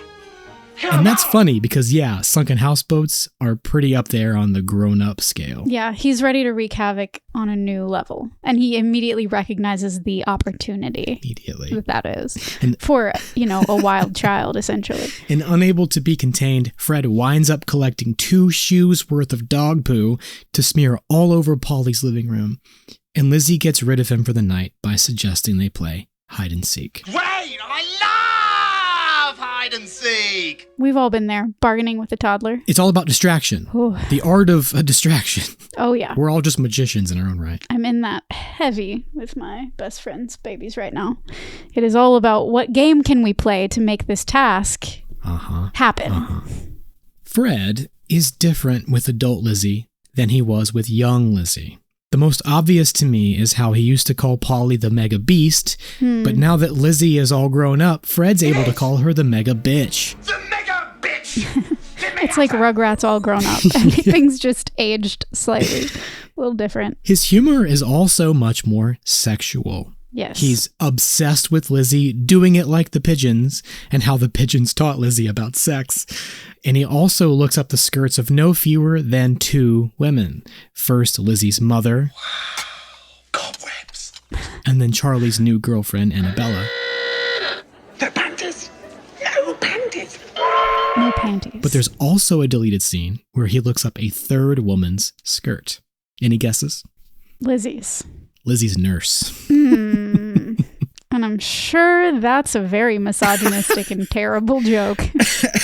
I don't know. I really couldn't place this. I couldn't quite understand it. I had a lot of questions about it as I watched. I had questions in my watch notes because everything was sort of hypersexualized. And the only thing I could really figure, because of course this isn't necessarily childhood humor, and I was assuming that Fred did not do this when Lizzie was a child. Correct. Again, because it's kind of coming at it from Lizzie's point of view.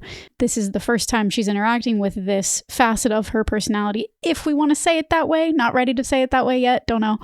But it's the first time that they are interacting maybe post-puberty. Yeah. So it's like she has all of this knowledge now. A lot of it probably repressed. Repressed by her upbringing and her circumstances, but also by... It seems like she kind of just got married off to the highest bidder. This is an eligible candidate. You do the thing. It's like the conveyor belt of society. Here's how this works. For sure. And she's probably dealing with a lot of sexual repression also. I would say so, yes. And it's kind of the way that explodes too. But the whole time I was watching it, I was just like, are we supposed to feel like this is... It was almost like he was a pubescent kid, like a teenager, like... Right. It was kind of just all of that expression that didn't get to happen, or all of that development or growth that didn't get to happen, maybe. And what you do at that age, I guess, if you're not me and you aren't repressed and you get to say things out loud and speak your mind and whatever, maybe you do make crude jokes, and like maybe that's how you test the waters and figure it out. And you're still in that state where it's like still kind of gross to you, but also it's interesting and intriguing you, and you don't like necessarily that it's intriguing. But you have so you're feelings that you can't explain. But you have feelings about it, exactly. And so you're putting all of this together, and it comes out as this like really off-putting sexual humor. Or like me, I when I was going through puberty, I felt all the normal things, but then I like still had this air of like sex is gross and it's icky and like girls are icky because I was embarrassed by sexuality. I thought it was embarrassing to have those feelings. 150%. That was my experience. Spot on. We've talked about it in everything from like Fern Gully to it was just like that embarrassment, that deep shame. Yeah, it was shame. Right? It's shame and guilt. And so I just internalized all of it and really only talked about it with my partners from being a teenager onward, which led to a lot of unhealthy understandings about sex, honestly, and a lot of like, again, people pleasing and not really embodying it myself because of the shame, the guilt, and the fact that all of that knowledge and information was really being learned and understood in an echo chamber with a person who was kind of taking advantage of me, person/people, you know? Absolutely. So all of that kind of plays in, and the shame and the guilt. And this was kind of looking at another perspective. What happens when you just let it out and say crazy stuff? And like, right. It's off-putting and weird, but that's kind of the way that some people, I guess, get the lay of the land. It's like Fred's kind of the way she gets to explore sexuality if she'd been given like any other opportunity to do so. Or similar but different point of view, or it's all of her anger at not having had that. Right. For sure. It's just how that comes out. Comes out super exaggerated and like extreme. Exaggerated and trying to be shocking, like doing it for shock value, right. Doing it for it's that acting reason. Out. Yeah. It's acting out and doing it to combat the shame. Yeah. So, yeah, that was one of the most confusing aspects of it as I watched the narrative of the film, because I was like, but he's supposed to be all this childishness, right? Like all this juvenile stuff, but it's also sexually slanted. Yeah. And I forget, because it didn't necessarily happen in the developmentally normal way for me, that sometimes those waters merge and those developmental stages kind of cross. Yeah. Maybe that's kind of where Fred is. He's still juvenile because Lizzie's still emotionally infantile. Yeah. So maybe. And sexually. Yeah, that's totally. That's the thing. It's like she doesn't have that expression yet. She doesn't embody it. Think about how Charles is more than likely her only sexual experience. I would say that is almost a definite. So he's been her sexual education, but this is Charles we're talking about, the man who feels like he needs to protect Lizzie from other men like him. Because he feels entitled to all women. Which is exactly what he says in the movie. Right. And that's how I feel about all of society saying things like that. Like women need men to protect them. From who? Men. Other men. Like, yeah. Stop. Yeah, absolutely. So he's her sex education, but it's this controlling, manipulative thing. So she's never been free. Exactly. Even sexually, even in a marriage. Exactly. Where you're supposed to be free and safe and secure sexually. Which is not something that most women raised in any kind of purity culture, or even societally when it's an ownership thing. The woman's sexuality belongs to the man. That's something that She was Charles's property. I've done a lot of reading work to understand how and why that happened to me, and why and how I have to change that narrative in my mind. Yes. My sexuality doesn't belong to anyone. Darklings, male, female, in between, whatever, whomever, and however you identify, your sexuality belongs to you. Your pleasure is your responsibility. Your partner's pleasure is not. These are all very important things that were not taught to me at any kind of useful juncture. Yeah. And I feel very strongly about reclaiming that, because it's also like the shame, the fear, the guilt, the embarrassment, all that stuff, which we've discussed on the show before. All of that is so damaging and harmful, because sexuality is human and good and okay. Yep. Like it's supposed to be good and okay. Absolutely. What's not okay is harming other people, using sexuality to harm other people, lording over other people's sexuality. All those things, not okay. Okay. And then debatable is the way that Fred treats it, which is as just one big, huge joke.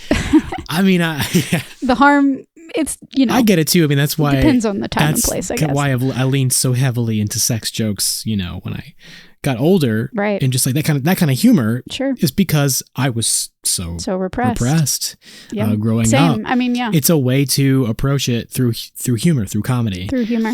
Yep. A way, something that makes you uncomfortable, you then can like laugh at and, make smaller in your own mind. No, I fully. And I like what you're saying there. And I think that maybe if we're being generous, that could apply to Fred also. Absolutely.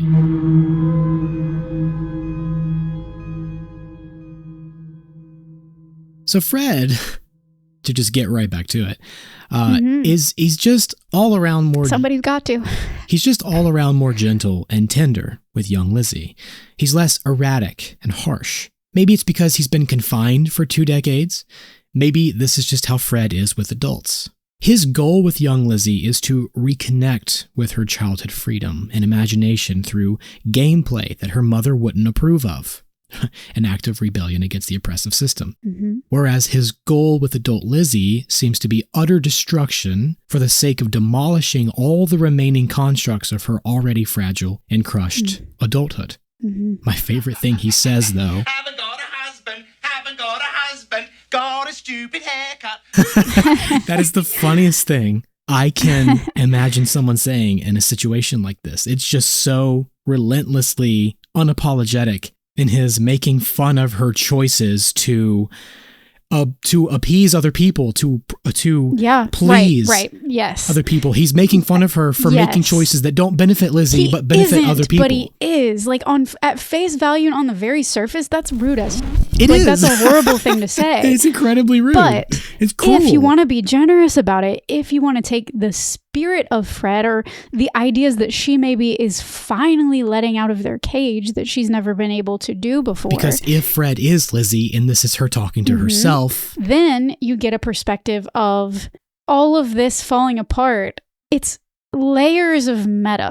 Like I'm making fun of you, making fun of yourself, making fun of this concept, because guess what? All this concept is bullshit anyway. Yes. This is just dog poop, Lizzie. It's just but dog again, poop. As I said so many times in part 1, if that had been my message in my film that I was making, I would have made that a little more overt. I would have made that a little more obvious. No, yeah, totally. I would have left those windows and doors a little more wide open, because he's saying all of this and it is judgmental, but you have to hope, or you could hope, that underneath all of that, the reason he's being so judgmental of it is because he knows it's all bullshit. And it's not what Lizzie wants deep down, and he knows that Right. because he's a projection of her subconscious. Right. And maybe that is Lizzie's way of making light of losing the persona part of her life. It's all her of the posturing. being able to laugh at herself through this difficult time. We all have Right. to be able to do that. How stupid is it that you're here in your childhood bedroom? I got a and makeover. The haircut that I did. I got a and, haircut for this guy, like, and he's not even, he doesn't even care about me. I got a stupid haircut for no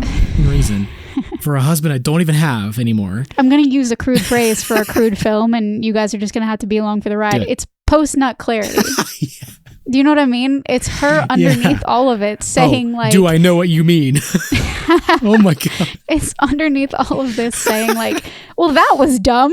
Why'd I do all that stuff? Yeah. What was I doing that for? That was all for other people. Now I see myself. Yeah. Now I see what I want and I need. And again, listeners, darklings, you poor, sweet darklings, We love you. suffering through this. We love you so much.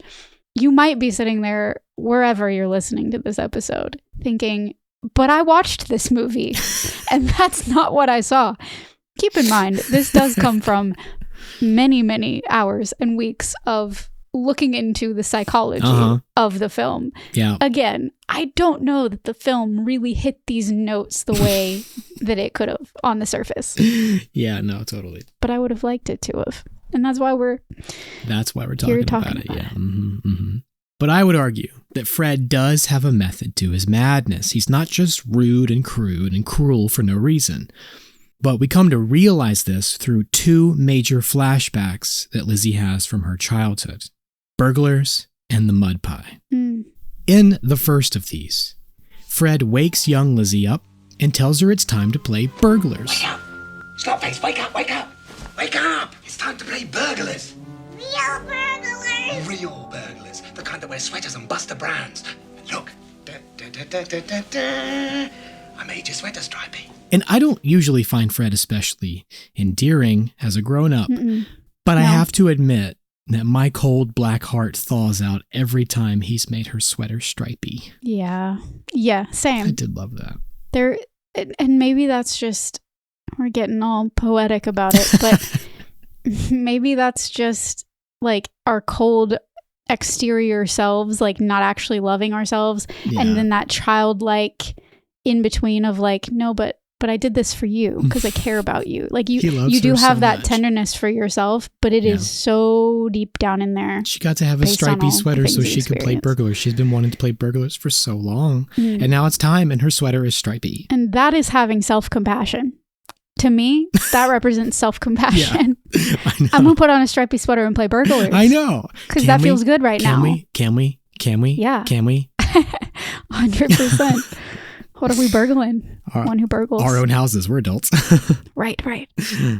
The two of them proceed to ransack the house using the burglar bag that they make from dumping out all the trash in the kitchen trash can. And ultimately, Polly and Nigel are woken up and call the police, who arrive just in time to get into a slapstick clusterfuzzle, resulting in Nigel's arrest. It's very Three Stooges of them all. Why are you taking my husband? It's all a mistake. Polly. I am calling our Polly. lawyer immediately. Polly, go Nigel, inside why and are you take it, going please. with them? Nigel, we are pillars of the community. Get a grip. What will the neighbors think?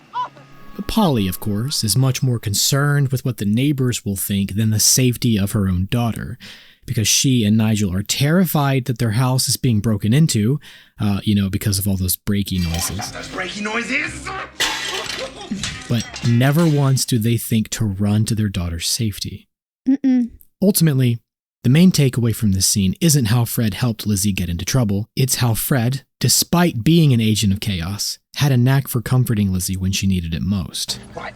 I want you to tell them, loud and clear and proud, Drop Dead Fred did it. So they have this whole plan where Fred will take the fall, and all Lizzie has to do is tell the cops that Drop Dead Fred did it. But she can't get out a word of it as the cops run past her. Maybe Mommy's right. I never do anything right. So what? What are you saying that for? You're great. She's not. You're great. She's not. Yes, Fred is totally shocked by this shift in power from young Lizzie back to her mother. She's always fighting with your dad. She's always calling you horrible things. Look, you've got to be what you want to be. Don't you ever be like her. Promise? Promise. Okay. And they pinky promise. And by the way, the pinky promise, or the pinky swear. Please tell me everything. It's one of my favorite vestiges of childhood. This is an ancient oath. In North America specifically, the pinky swear has existed since at least the 1860s, when children would lock pinkies and recite the doggerel, "Pinky, pinky, bow bell, whoever tells a lie will sink down to the bad place and never rise up again." That's pretty dark. The physical... I'm thinking it every time I make a pinky promise now, which is frequently, by the way. I'm 32 years old, but still doing it. A pinky promise is important, mysterious, and important. Oh yeah, I got to. With a 6-year-old around, I'm making pinky promises. You have to pinky promise with a 6-year-old around. It's sacred. The physical action of interlocking pinkies also suggests the ability of the one person being able to break the pinky of the one who lies or breaks the promise. And why this violent gesture? Well, because the pinky swear has even more ancient roots in 1600s Japan, where it's called yubikiri, translated as finger cutoff. Basically, you can have this one if I'm lying. Basically, where children recite a vow translated as pinky swear, whoever lies will be made to swallow 1,000 needles. No, that's so much worse than what I said. But I also found the traditional children's rhyme of the Isle of Man especially charming. They say, make friends, never ever break friends. If you do, you'll catch the flu and that will be the end of you. I love that one so much. Ring around the rosy. Them pockets. Full of posy. They be full of posy. Later on in the film, as Caroline Golem puts it, after Lizzie is yellow wallpapered back to girlhood, ensconced in the womb-like folds of a princess pink bedspread, while her neurotic mother slips antipsychotics into a very grown-up dinner of steamed broccoli, Fred reminds her of the time they made a mud pie. At breakfast one morning, 21 years ago, Polly is trying to fix the haircut young Lizzie gave herself. The time has come when we don't want to hear the words "Drop Dead Fred" ever again. Don't you agree, Nigel? About what? We learn that Nigel isn't nearly as anti-Fred as Polly is, insisting that Lizzie is just a little girl. Yeah. He's also reading a newspaper with a headline about the American moon landing because this is 1969. We went to the moon in 1969. Not 1968, but a year after. Lizzie says Fred's going to teach her how to cook today. I'm going to need flour and sugar and honey and vodka and a pair of your pants. We're making pants pie. I thought pants pie might be a euphemism for shitting your pants, but it's actually worse. Oh my God. The I didn't go there and now I'm terrified. because the connotations are actually sexual. Mm, Either way, pants pie is a funny pairing of words no matter how old you are. yeah, I'll give it that. Daddy, how about we throw Mommy out the window? It won't hurt her. She'll land right in the gladioles. The gladioles. And her mother says, Very funny, Elizabeth. Sometimes I think I don't love you as much as I used to. Everything about this was horrible to me. damn. I Val. love my mother. I Damn. love my mom. I love my mom so much, and I know she loves me so much. Both sides of that were appalling to me. Yeah. I just couldn't fathom. I could not imagine. I know, it's horrible. It's pretty dark. Pretty dark. And because of that, here comes Fred to the rescue. He shows up saying he's caught cornflakes disease, which means they spew out of his chest in the most disgusting display of a skin disease I can imagine. Really grossed me out. Me too. And the only thing that will save him is a mud pie. Yeah, that really. So he hops out the window and collects as much dirt as he possibly can from the garden and dumps it out on Polly's fine china on the kitchen table. And I mean, I'm not a fine china kind of person, but even still, I was like, oh no. I think it's silly. And maybe that was just my childhood fear because of being around. I don't want fine large china. amounts I of don't dirt know. in my house either. But I don't want large amounts of dirt in my house ever. No. I really don't. But like, yeah, I don't care about fine china. It's such a weird, this is the millennial experience. Yeah. Right here. Yeah. This is the millennial You can experience. see both sides. Please don't bring dirt into my house. However, yeah, break the plate. I don't care. You Yeah, know, like, no, forget the china. I'm not saying, Lizzie wasn't a handful. She obviously was, but yes. it's because of how her mother handled her and treated her when what she needed was love. Yeah. But she didn't get that. And all of that acting out, we'll say, was in an effort to get that love. Oh yeah, she's looking for attention. But kids don't know how to get that. Kids don't know. You have to teach them these things. And it's a wonder any of us learned it at all. Right. In a lot of generations that didn't emphasize that. And these two proceed to pour in cornflakes, orange juice, tea, sugar, milk, making as big of a mess as young Lizzie can imagine. There it comes. Wow, my first real mud pie. Yeah, but it's not ready yet. And Fred isn't quite happy with it yet, so he rips a jack out of the box and sticks that jack on the mud pie as a topper. And then he says the singularly most important line in this entire movie. That's great. You see, when something's not working right, the best thing is to tear it apart to make it better. That right there is the philosophy of Drop Dead Fred. And it's exactly what he's trying to do with adult Lizzie. Mm-hmm. Her grown-up life has made her unhappy, so he's helping her wrecking ball it to the ground so she can rebuild it in a way that does make her happy. Mm-hmm. And if that isn't the millennial way of doing things, I don't know what is. Sometimes you do just have to tear it apart. You have to just make it better. rip it apart to make it better. And I'm so grateful and lucky and glad to know that, I was in a state of my life for a lot of years, and it still happens sometimes where I am tearing things apart. And I'm like, is this worth it? Is the tearing apart of it worth it? Like, I could have just kept what I had. But in a lot of circumstances now, I can look back and see tearing it apart was indeed the only way to make it better. What you had to do. And this can be done on a micro scale and a macro scale. This is macro. Lizzie is uprooting her entire life. She's destroying her life. But this can be applied to things like deconstruction. Yep. This can be applied to things like the inner child work we're going to get to. You can apply this to different aspects of your life. You can just destroy that, right? Bring it to the ground, demolish it, clear the rubble, and start over. From the ashes, yeah. Figure out Phoenix what mentality actually works. It's totally possible to do this at any size on the scale. It can be anything that you want to do. Yeah, take it from someone who's done it in a lot of ways, macro and micro. Sometimes it's necessary, and I can't, off the top of my head, think of a time that I've regretted it thus far. Of course, this is also when Polly's able to break Lizzie's spirit and get rid of Fred, for a couple decades at least. Because with the Mega Beast's return to the dining room, Fred hops inside the empty Jack-in-the-Box to hide, and as a punishment for the mud pie, Polly tapes up the box, sealing Fred inside. Elizabeth, if you ever touch this again, I'm going to throw it in the trash. And do you know what will happen next? He will be crushed to death. He will be crushed to death. Taping Fred up in the Jack-in-the-Box was inspired by a real-life story. How so? Carlos Davis, one of the writers, had a friend whose mother, Gloria, had an imaginary friend when she was a little girl.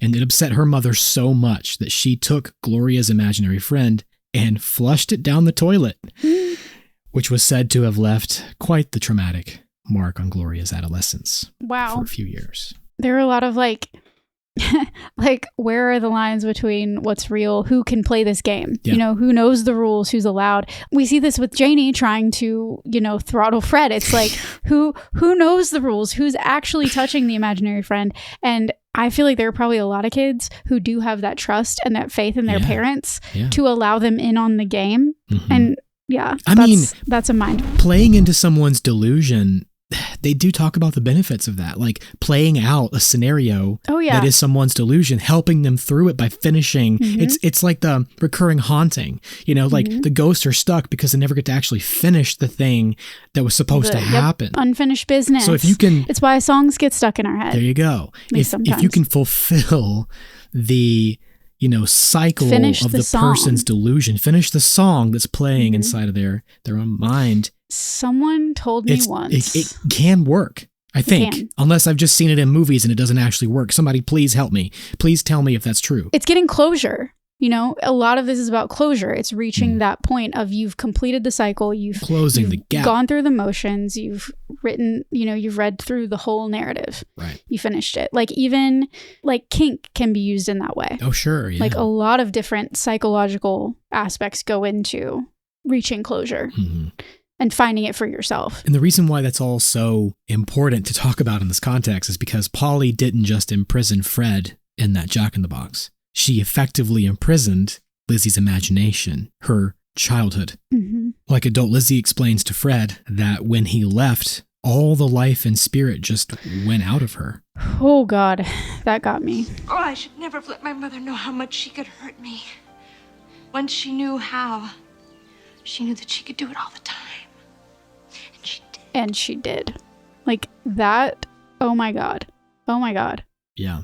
I mean, every human, all the experience of like, if I'm showing this vulnerable part, if I'm exposing myself in this way, I'm opening myself up to be hurt.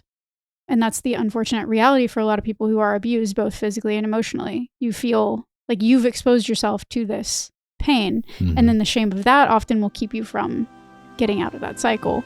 So I never showed her my real feelings again. What I think Lizzie actually means here is that she never showed her true feelings again to anyone. Right. Maybe not even herself. I was never honest about my feelings again. It impacted That's what that means. Her whole existence, right. She stifled her own impulses and repressed her desires and made herself small inside of her mother's world. Yeah. She stopped thinking about what Lizzie wants because her whole existence became avoiding her mother's wrath. Yep. It was survival. Yep. It was trauma. Yep. So she lived a submissive and suppressed life until she grew up anxious and afraid and stilted, remaining emotionally infantile, needy, and reliant on first her mother and then her husband. Mm-hmm. Too afraid to stand up for herself because she's too afraid to be alone. Oh my God. And that's what damaging your amygdala does. Mm-hmm. It increases your fear response and heightens your general anxiety. It hinders your ability to regulate your emotions. It makes you susceptible to people who want to use that kind of weakness against you. Mm-hmm. People like Charles, who feed off your emotional vulnerability. It leaves me a little bit speechless because it is so prevalent. I have experienced so much of it. And it is such an interesting parallel to think like she was getting her emotional existence, her emotional experience from her mother and then from Charles because she was told that was her only option. Because they put hers in a box. Literally. They taped it shut. Literally. And said, you can't have that. Yeah. That's not for you. Yeah. You need it from me or society, right? Mm-hmm. You need it from somewhere else other than inside yourself. Supplemental autonomy. And as difficult as this movie was to watch and how many things I struggled with about it just from like a just grown up human perspective, not preferring chaos, preferring a little bit more control. This parallel or this connection knocks the wind out of me. Mm-hmm. Absolutely. Because how many of us put our own emotional identity in a box a long time ago? God, yes. How many of us did that? And how many of us have ripped the tape off? That's the first step. And you have to. It's always the first step. I feel like I can define moments in my life that were opening that box and letting it out. And sometimes it behaves a little bit like Fred. Doesn't know what to do, is kind of just a loose cannon. Yeah. But the difference being between at least me and Lizzie is that I can recognize it for what it is and try to channel and appropriately use and explore with that entity from the box, rather than letting it also kind of control me in its chaos and unpredictability. Right. So it wasn't just her imagination and childhood that was shut away, taped up in a box. It was her agency, her autonomy, her emotions. Yeah. Like your emotions, which are her your individualism, human, everything your experience about it. of the human condition. She says, her spirit, her life was gone. That I never showed her my real feelings again really, really hit me hard. Yeah. Because I know what it feels like to not feel safe to show your real feelings. To make that choice too, to be like, and to make the choice. Never again. And honestly, growing up, it's like never again. You decide who gets to experience that part of you. Right. Or who's safe. So, like everything we're saying, Lizzie untaping the box and releasing Fred is a metaphor for Lizzie releasing that part of herself that she lost so many years ago. That part is still wildly immature and needs to be tamed and managed appropriately. And that's what Lizzie spends the movie attempting to do. But that's still only half of the metaphor that Lizzie needs to fulfill. The other, more important half comes at the end, when Lizzie realizes there's a bit more tape that needs removing. And this happens after Lizzie and Fred crash Charlie's fancy schmancy wine tasting party, where Fred disrobes a server in a toga and looks up Annabella's dress. Fred continues trying to make a fool of Lizzie by puppeteering her into kissing Charles, which Charles interprets as an act of boldness on Lizzie's part. So he follows her home and proceeds to seduce her in a painful, cringe-worthy scene where Fred watches and narrates, and Charles, in his throes of passion, calls Lizzie Annabella. Yikes. And I'm skipping over a lot here. So much I could say. So but much I'm sure to be said. by now you darklings know exactly what it would be. But long story short, Polly and the nurse show up and give Charles Lizzie's antipsychotics. Horse pills, honestly, they're huge. Massive. Way more vitamin looking than anything prescription. The medication has an immediate and direct effect on Fred's health, which begins to visibly wane throughout the montage scenes of Lizzie's reunion with Charles, which is a cringe-worthy farce on Charles's part, all coming to a head when Fred turns Lizzie's beef Wellington into a steaming mud pie that spews hot mud onto Charlie's pants. And there was actually one take where the air compression malfunctioned and sprayed mud everywhere and ruined an uninsured prop painting worth $100,000. Holy Wellington! Art imitates life, imitates art, imitates. Of the beef variety. Fred's chaos even reached the corners of the set. So Charles, angry and upset. Charles is seeing this light in Lizzie that hasn't been there before. There's something His there that wasn't there before. Submissive, wife suddenly isn't that. So he sees a little bit of fire. He sees a little bit of spark. He sees something that intrigues him. Yeah, it's sexy. One of the sparks of light that he sees in all the many women that he thinks he's entitled to on this planet. Yes. And once he sees that, he becomes determined to squelch it. Oh, yeah. It belongs to him. That's right. Wait a second. What are you doing with that? He's That's not yours. Sexually attracted to it. It's something that It's something that he needs to control. He's got a bushel and he wants to hide the light behind it. Bingo. Like, sorry, that really. I got me.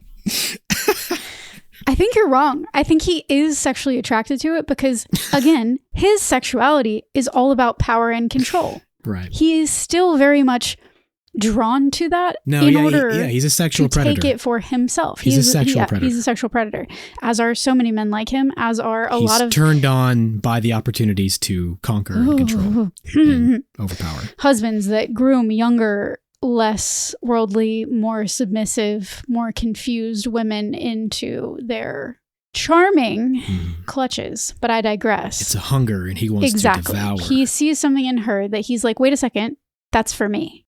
That's mine. That's not yours. That's the only reason he comes back to her.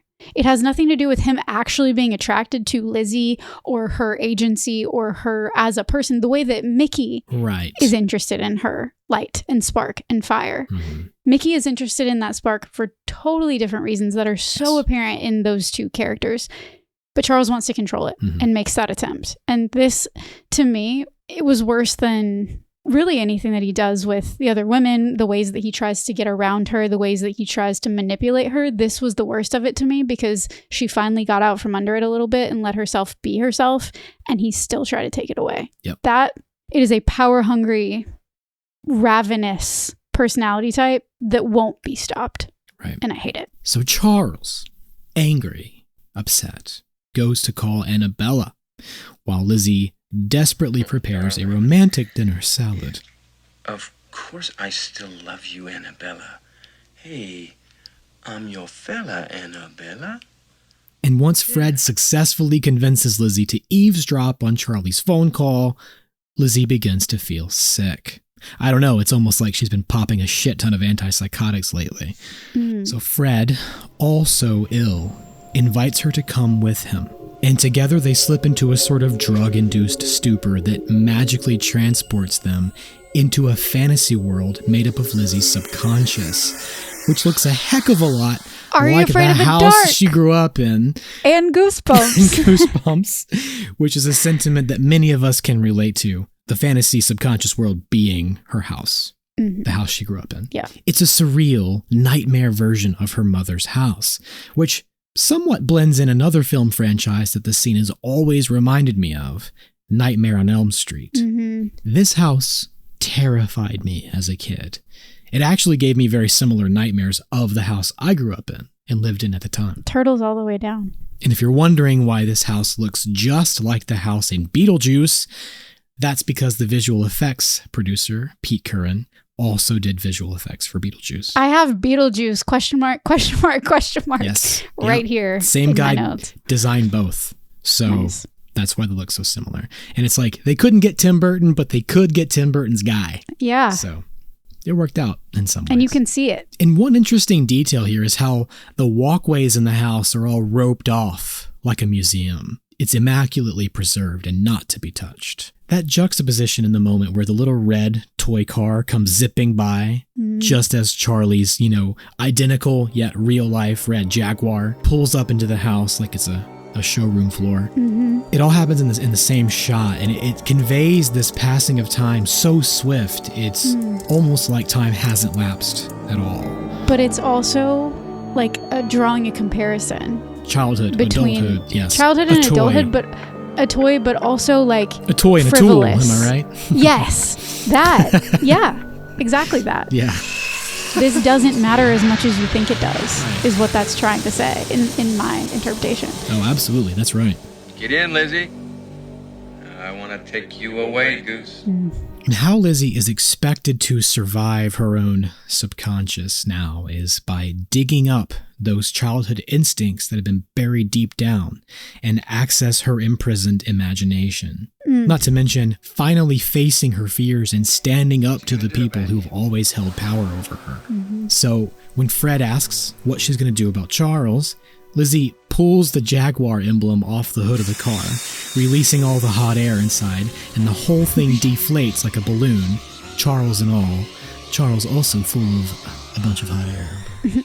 It's all a mirage. All a mirage. Fancy cars and bullshit from the mouths of bullshit people who bullshit their way through life. Bullshit. It's like, I was going to say, we can't not do the Nancy.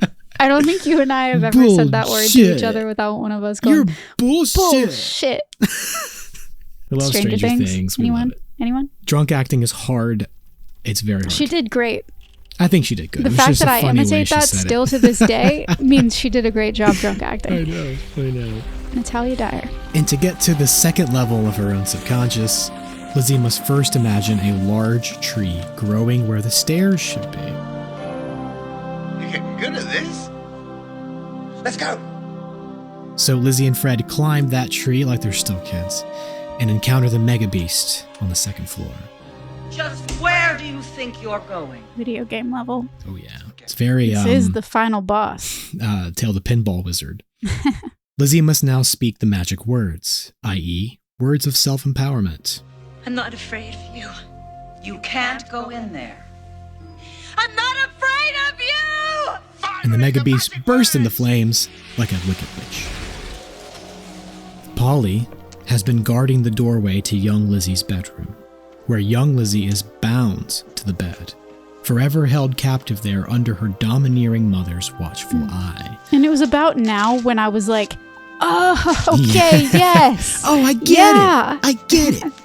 Because she's bound by the same sort of tape that her mother once used to seal Fred in the Jack-in-the-Box. And here, adult Lizzie gets to work removing the tape and setting herself free. You don't have to be afraid anymore. And now Fred says it's her time to go, alone, because he can't go with her. Look, you've got you now. You don't need me. Not anymore. So, goodbye. I wish they'd spent more time on this whole sequence. Me too. Because Lizzie doing the work and rescuing her inner child is the entire point of the whole movie. God, and it's brilliant. I mean, it's done so well. It is hidden under so many layers of just like, you have to really get there. You have to really like, again, suspend your disbelief. You have to really just let it happen to you to get there with this movie. Yes. Which is why I'm glad that we're able to talk about it here. Right. Because maybe people that watched it as kids didn't get there with it.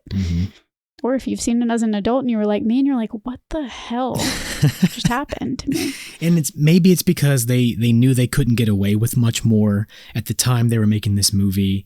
Maybe they just wanted to get to the point as quickly as possible. Who knows? It's like we were talking about in part one. The audience that they were making this for did not have the EQ, the emotional intelligence to approach it that way. Right.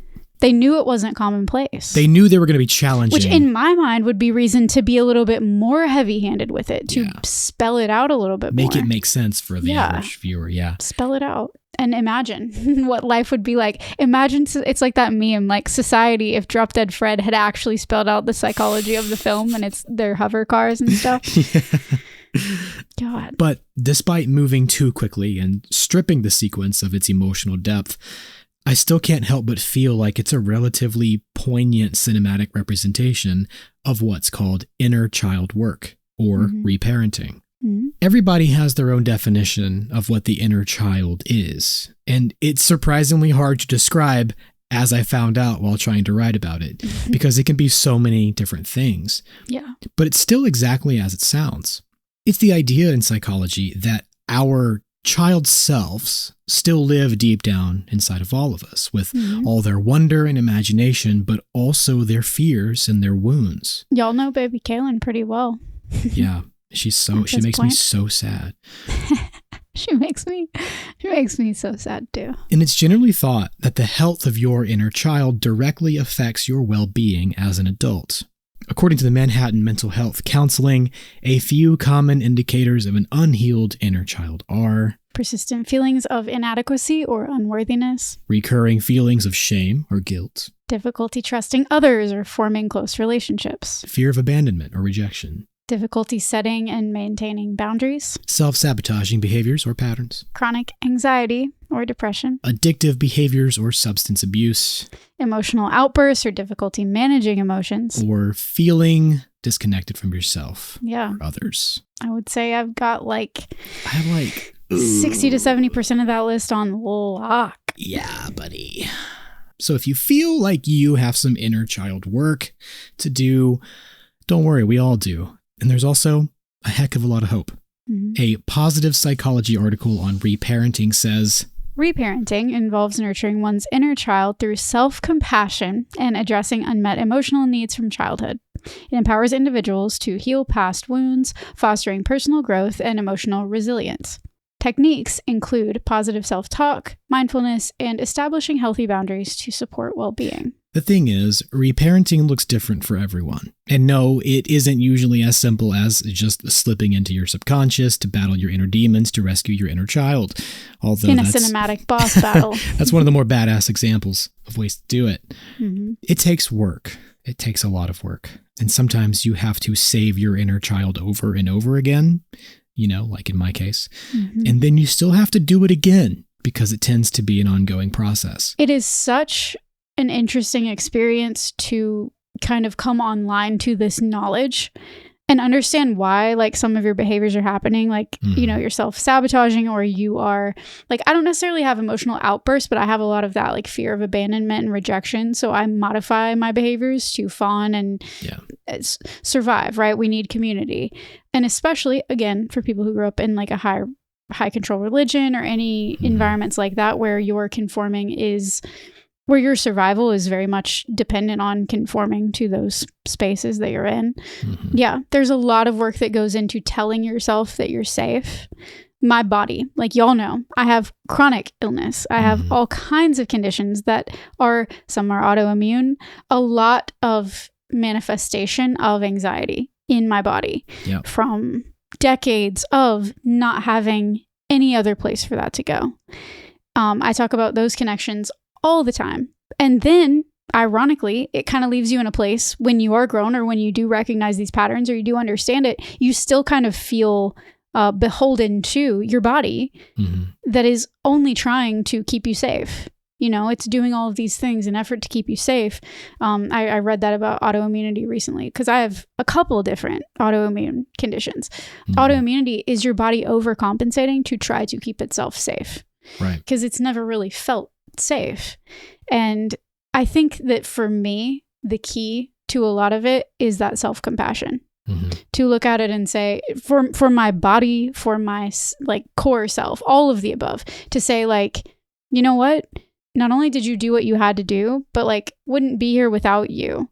And you deserve, like, I really like the angle of her imagination was locked up. Her curiosity, her imagination, like what you're fascinated by, what you gravitate toward, like whatever your core self is being pulled toward, and anything that you weren't allowed to explore, or all of those things, like what makes you you, and why did it get shut down? Right. Showing yourself compassion and opening those doors and allowing yourself to go there, to those places that you felt like you couldn't go, or you wouldn't be supported, or you wouldn't be loved if you did. All of that stuff is really big for me in terms of like reparenting. And then there's things like just very small emotional stability kind of things. Like some of my very, very best friends are parenting 2 little boys who are very sweet, very big parts of my life. And all the time, there are things that come back to us, as the adults through them. Like Mr. Rogers says, sometimes isn't always. Yeah. Because I have a very big, like, okay, this is like this. And I have a really hard time seeing past when it's not going to be like this anymore. And Tommy, sweet Tommy, my best friend's little boy, will sometimes just, something's happening that's uncomfortable. It's not fun. It's not pleasant. It's not something you like. He will remind himself out loud, sometimes isn't always. And it's like, you know what, sweet. Tommy? You're right. Sometimes isn't always. You're right, pal. Honestly, my friends parenting, even though I don't have kids of my own right now, like seeing all of those experiences does really help me understand like what I was deficient in. Yeah. And even them, they say the same thing. Like they're reading, researching, and learning because they want to do, right by the next generation. And I don't know. There are so many things that are so simple, just like that you would never really put into words before, or maybe you just weren't given those resources, that make a huge difference in like daily life and quality of life. Right. Sometimes isn't always. Sometimes isn't always.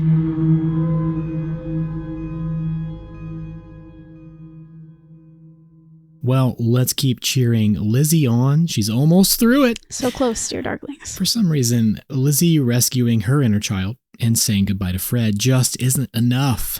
To return home, Lizzie must click her heels together and say there's no place like home. And by that, I mean she has to kiss Fred on the lips. Ruby slippers. And say, drop dead, Fred. Drop dead, Fred. Which, okay. What? But like, why? But why? Do you know why? Like, I don't know why. I guess it's just, again, it's maybe just kind of a self-compassion thing. Like, yeah.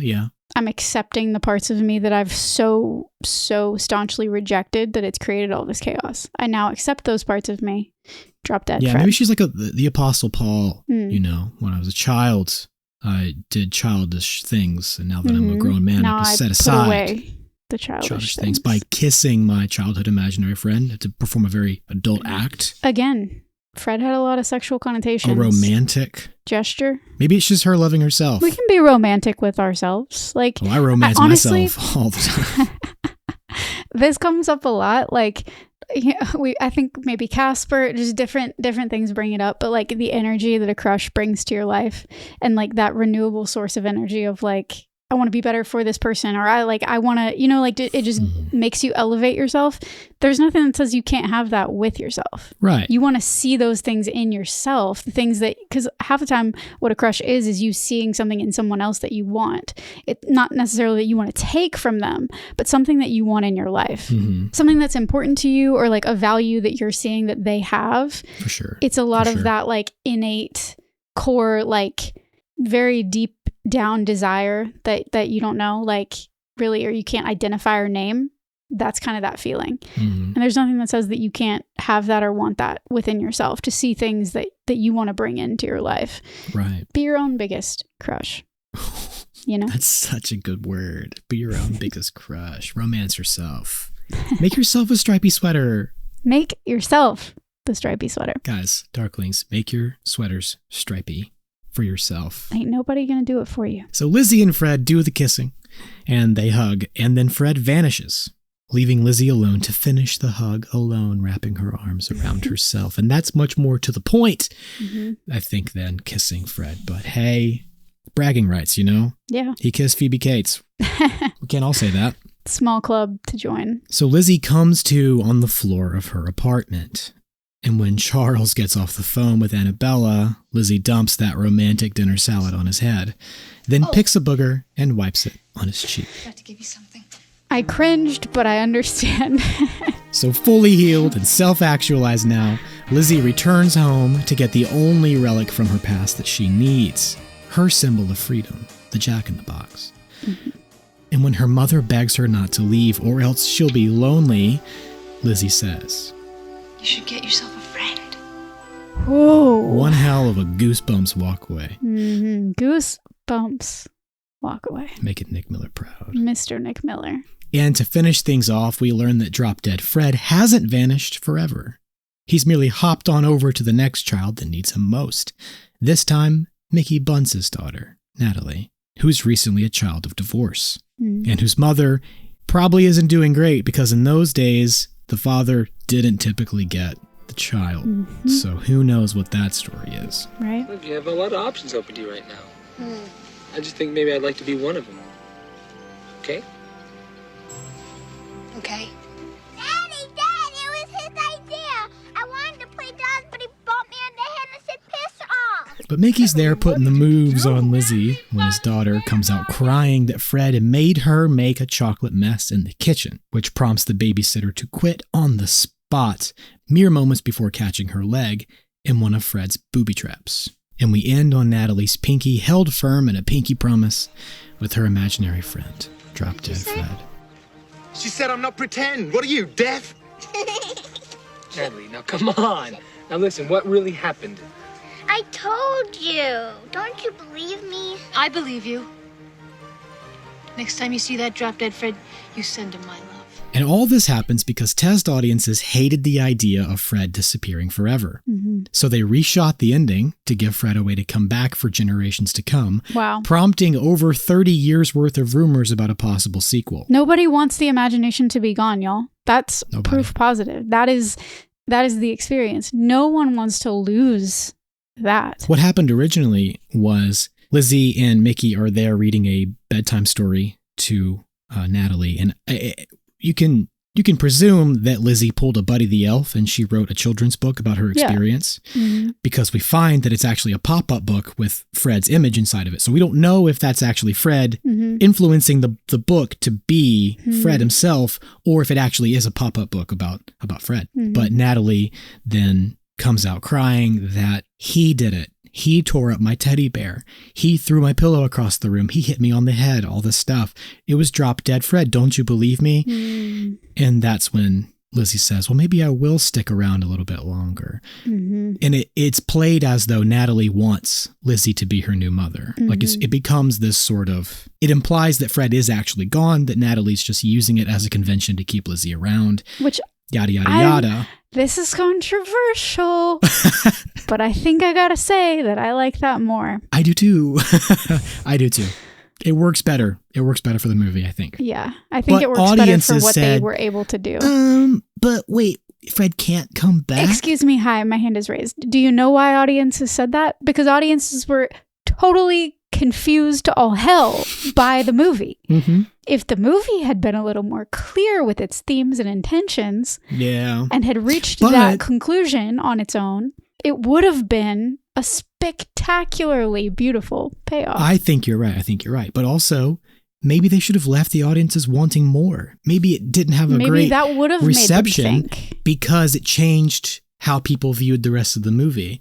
Right. And instead, because then they had to believe he was real a little bit. A little bit. You have to at least allow that possibility. Whereas the other that way, ending changes everything you did to this point. Yep. It changes the intention and meaning, even if it didn't literally.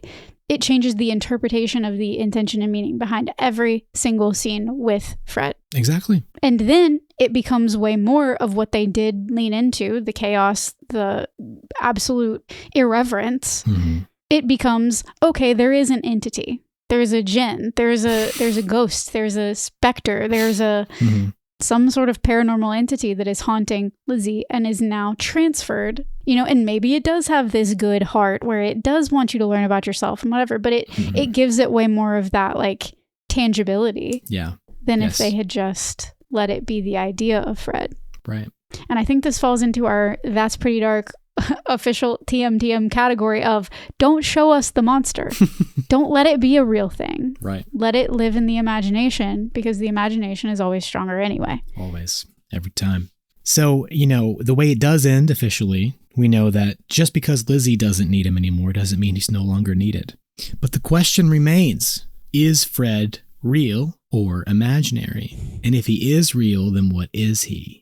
Now, you're already touching on this, so it's perfect timing to get into all this. Already yelling about it. Can't help myself. The evidence that Fred is real lives in not just the concluding scene, but also in the scene at the psychiatrist's office. Lizzie waits for her mother in the waiting room with 4 other children and their mothers, prompting a Ross Geller-esque scene of confusion when one of the mothers mistakes Lizzie for a mother herself. That scene was like Foster's Home for Imaginary Friends. Oh my God, yes. Where you see all of the imaginary friends. Because this doctor specializes in imaginary friends, every kid in the room has their own.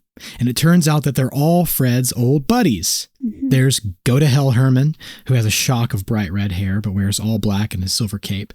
Very funny. There's Velcro Head, who looks like Pee Wee Herman if his clothes were a solid peach color. There's Graggy, who's a large man-child who wears a very tight red wrestling outfit. I don't like it. Me neither. He has a lightning bolt wrapped around his head like he's the Flash or something, all while carrying around the deflatable red balloon. Mm-hmm. And the last we meet is Namby-Pamby, who is one incredibly pink fairy princess.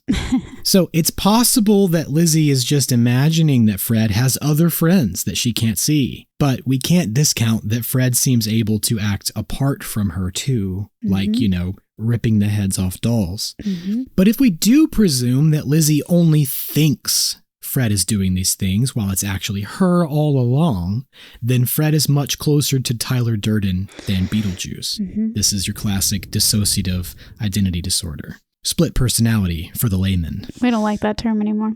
Layman? Split personality. Oh, okay. I was like, whoops, sorry. What did I do? Layman. Who did I offend this time? The layman. The layman. You know? Oh, I'm sorry to all the laymen out there. Oh my God, I said it again. Oh my God. It's me. I'm the layman. I'm definitely the layman. And I think I know what Fred is. What is Fred? I was going to ask you what you think. You say a djinn?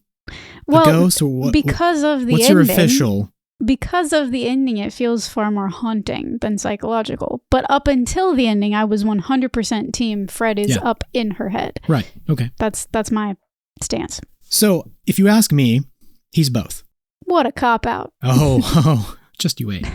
He is both a figment of her imagination and a real entity. And this is because Fred is a tulpa. Oh.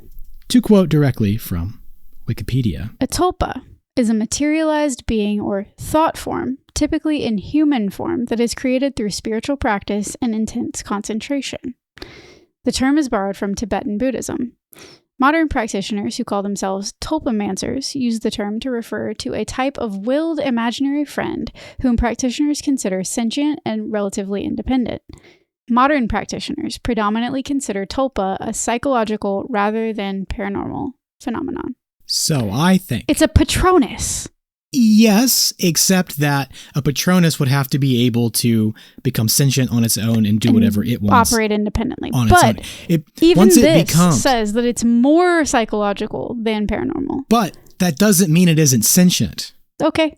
Yeah. It doesn't, Yeah. it has to be created. I mean, it does in like real life, I think. It's psychological more than paranormal because paranormal, it can exist apart from somebody creating it. It has to be psychological because it has to be created. It is manifested by the brain. It's manifested by the person. But it doesn't live in the brain. Right. It doesn't live in the brain. It becomes a projection. It becomes separate from your brain. Yeah. But through, meditation or, like it says, intense concentration, you can create it. But once it is created, it lives apart from you. It's the spawn. It's mitosis. Like Santa Claus is a tulpa. All these things are tulpas. They exist because we believe that people they do. believe in them. How many movies have to do with I got some chills. Santa needs the chills. belief in him to live. God is a tulpa. These are all tulpas. These are all spiritual, psychological thought forms that exist only because somebody invented them with their imagination. It is a crossover. It's a crossover.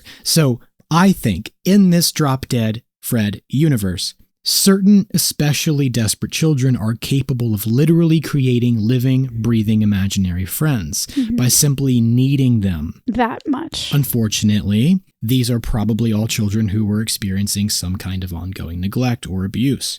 But it sounds to me like they're kids just like us, who grew up lying awake at night, dreaming up ghosts and wishing on stars and praying that we will be safe and that things will one day get better. Damn.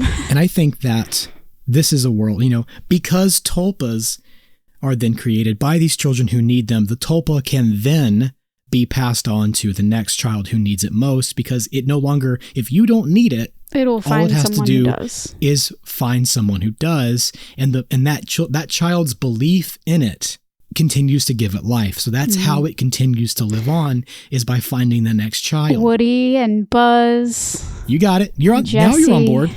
And Rex. Not a cop out.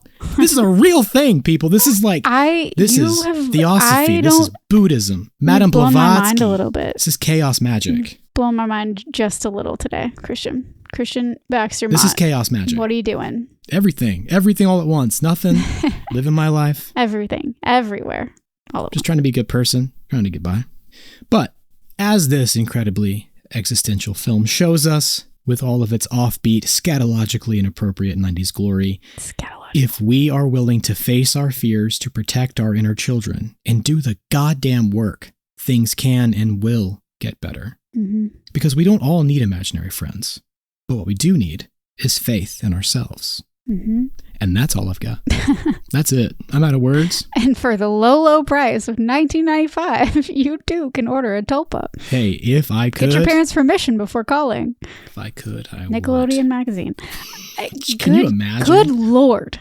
I mean, good God. We were all over the map. Everywhere. We just went around the world. All at once. To hell and back. I feel Here it. we Do y'all are. feel it? I think we're better because of it, Always. Every time we do this, I believe that that's true. I have to believe that that's true. Otherwise, what do I got? It's all about the belief. Wow. Tulpas. Tulpas. Stripy sweaters. The magic stays alive if you believe it. Is that not something we all subscribe to? I subscribe hook, line, and sinker. That's my philosophy in life. That is how I operate. That is the place I operate from. I come from a very genuine and non-malicious place of trying to embody myself while respecting other people. For someone that grew up the way that I did, the way that we did, it is not an easy task, as this film honestly kind of illustrates. you are expected to do this without real guidance as to how to do it. Right.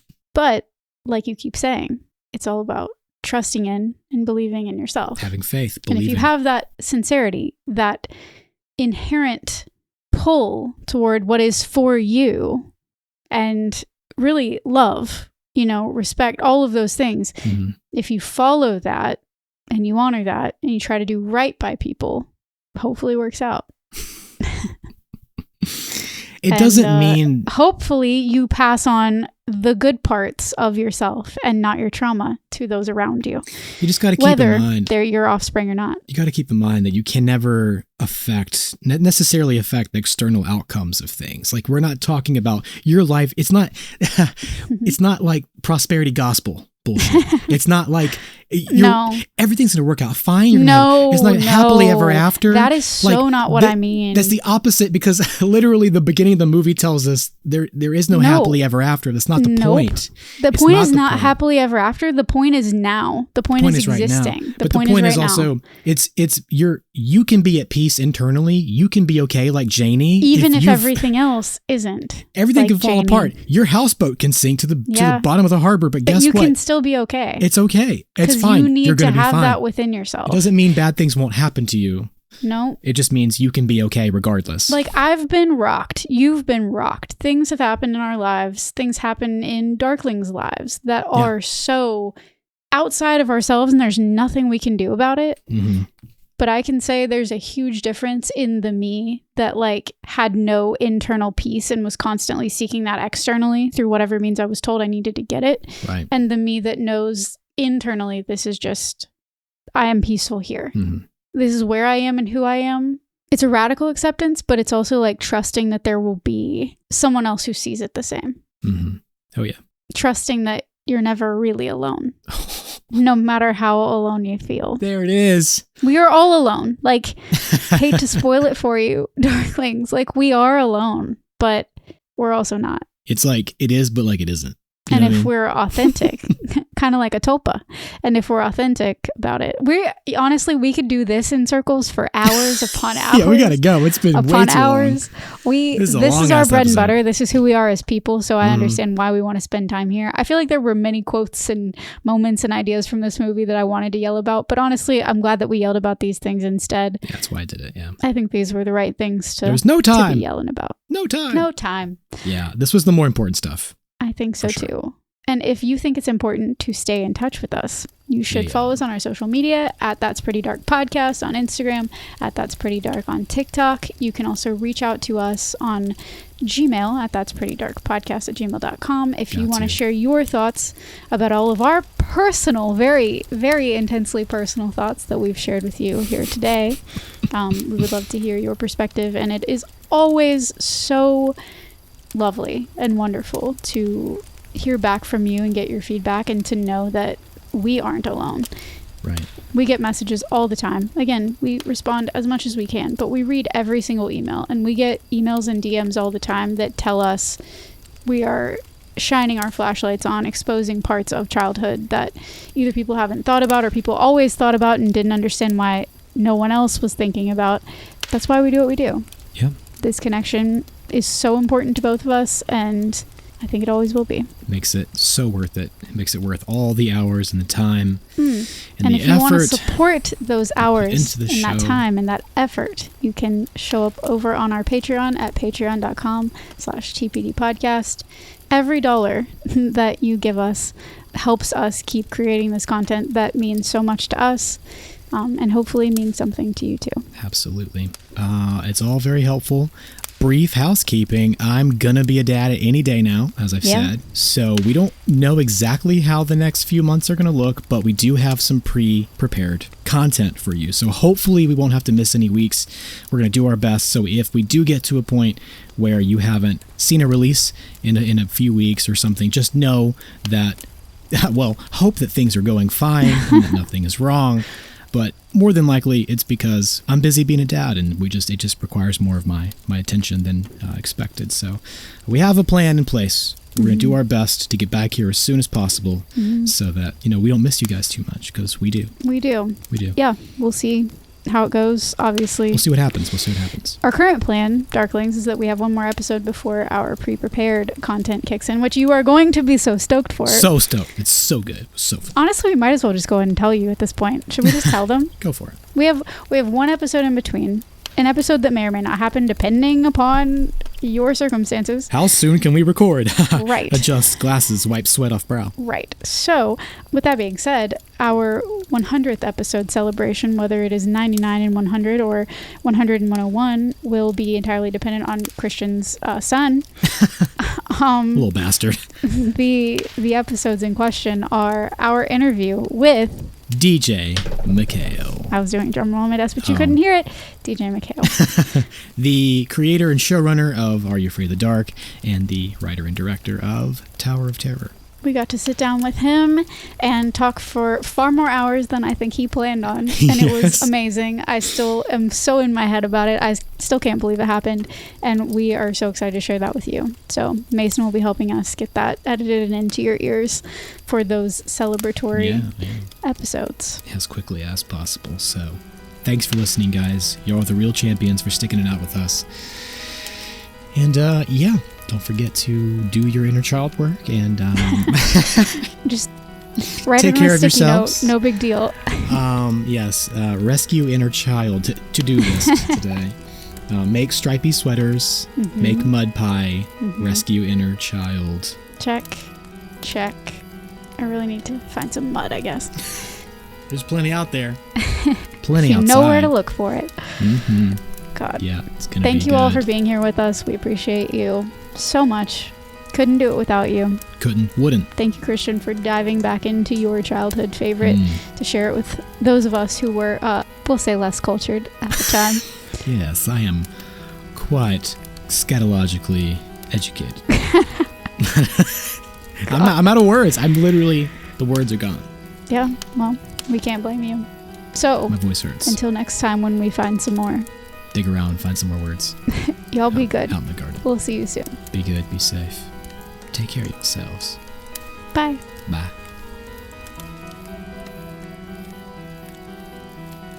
That's Pretty Dark Podcast is produced by Kaylin Andrews and me, Christian Baxter Mott. With music by Jonathan Simmons and cover design by Halftone Horror. You can support our show by supporting our sponsors, or go to patreon.com/TPD podcast to unlock all the Pretty Dark bonus content we have in store. Please share your experiences and let us know what shows, films, or villains still haunt you from childhood on our socials or at that'sprettydarkpodcast@gmail.com. For all other information, visit our website, that'sprettydark.com. Remember, you're never really alone. So, until next time, sweet dreams, everyone.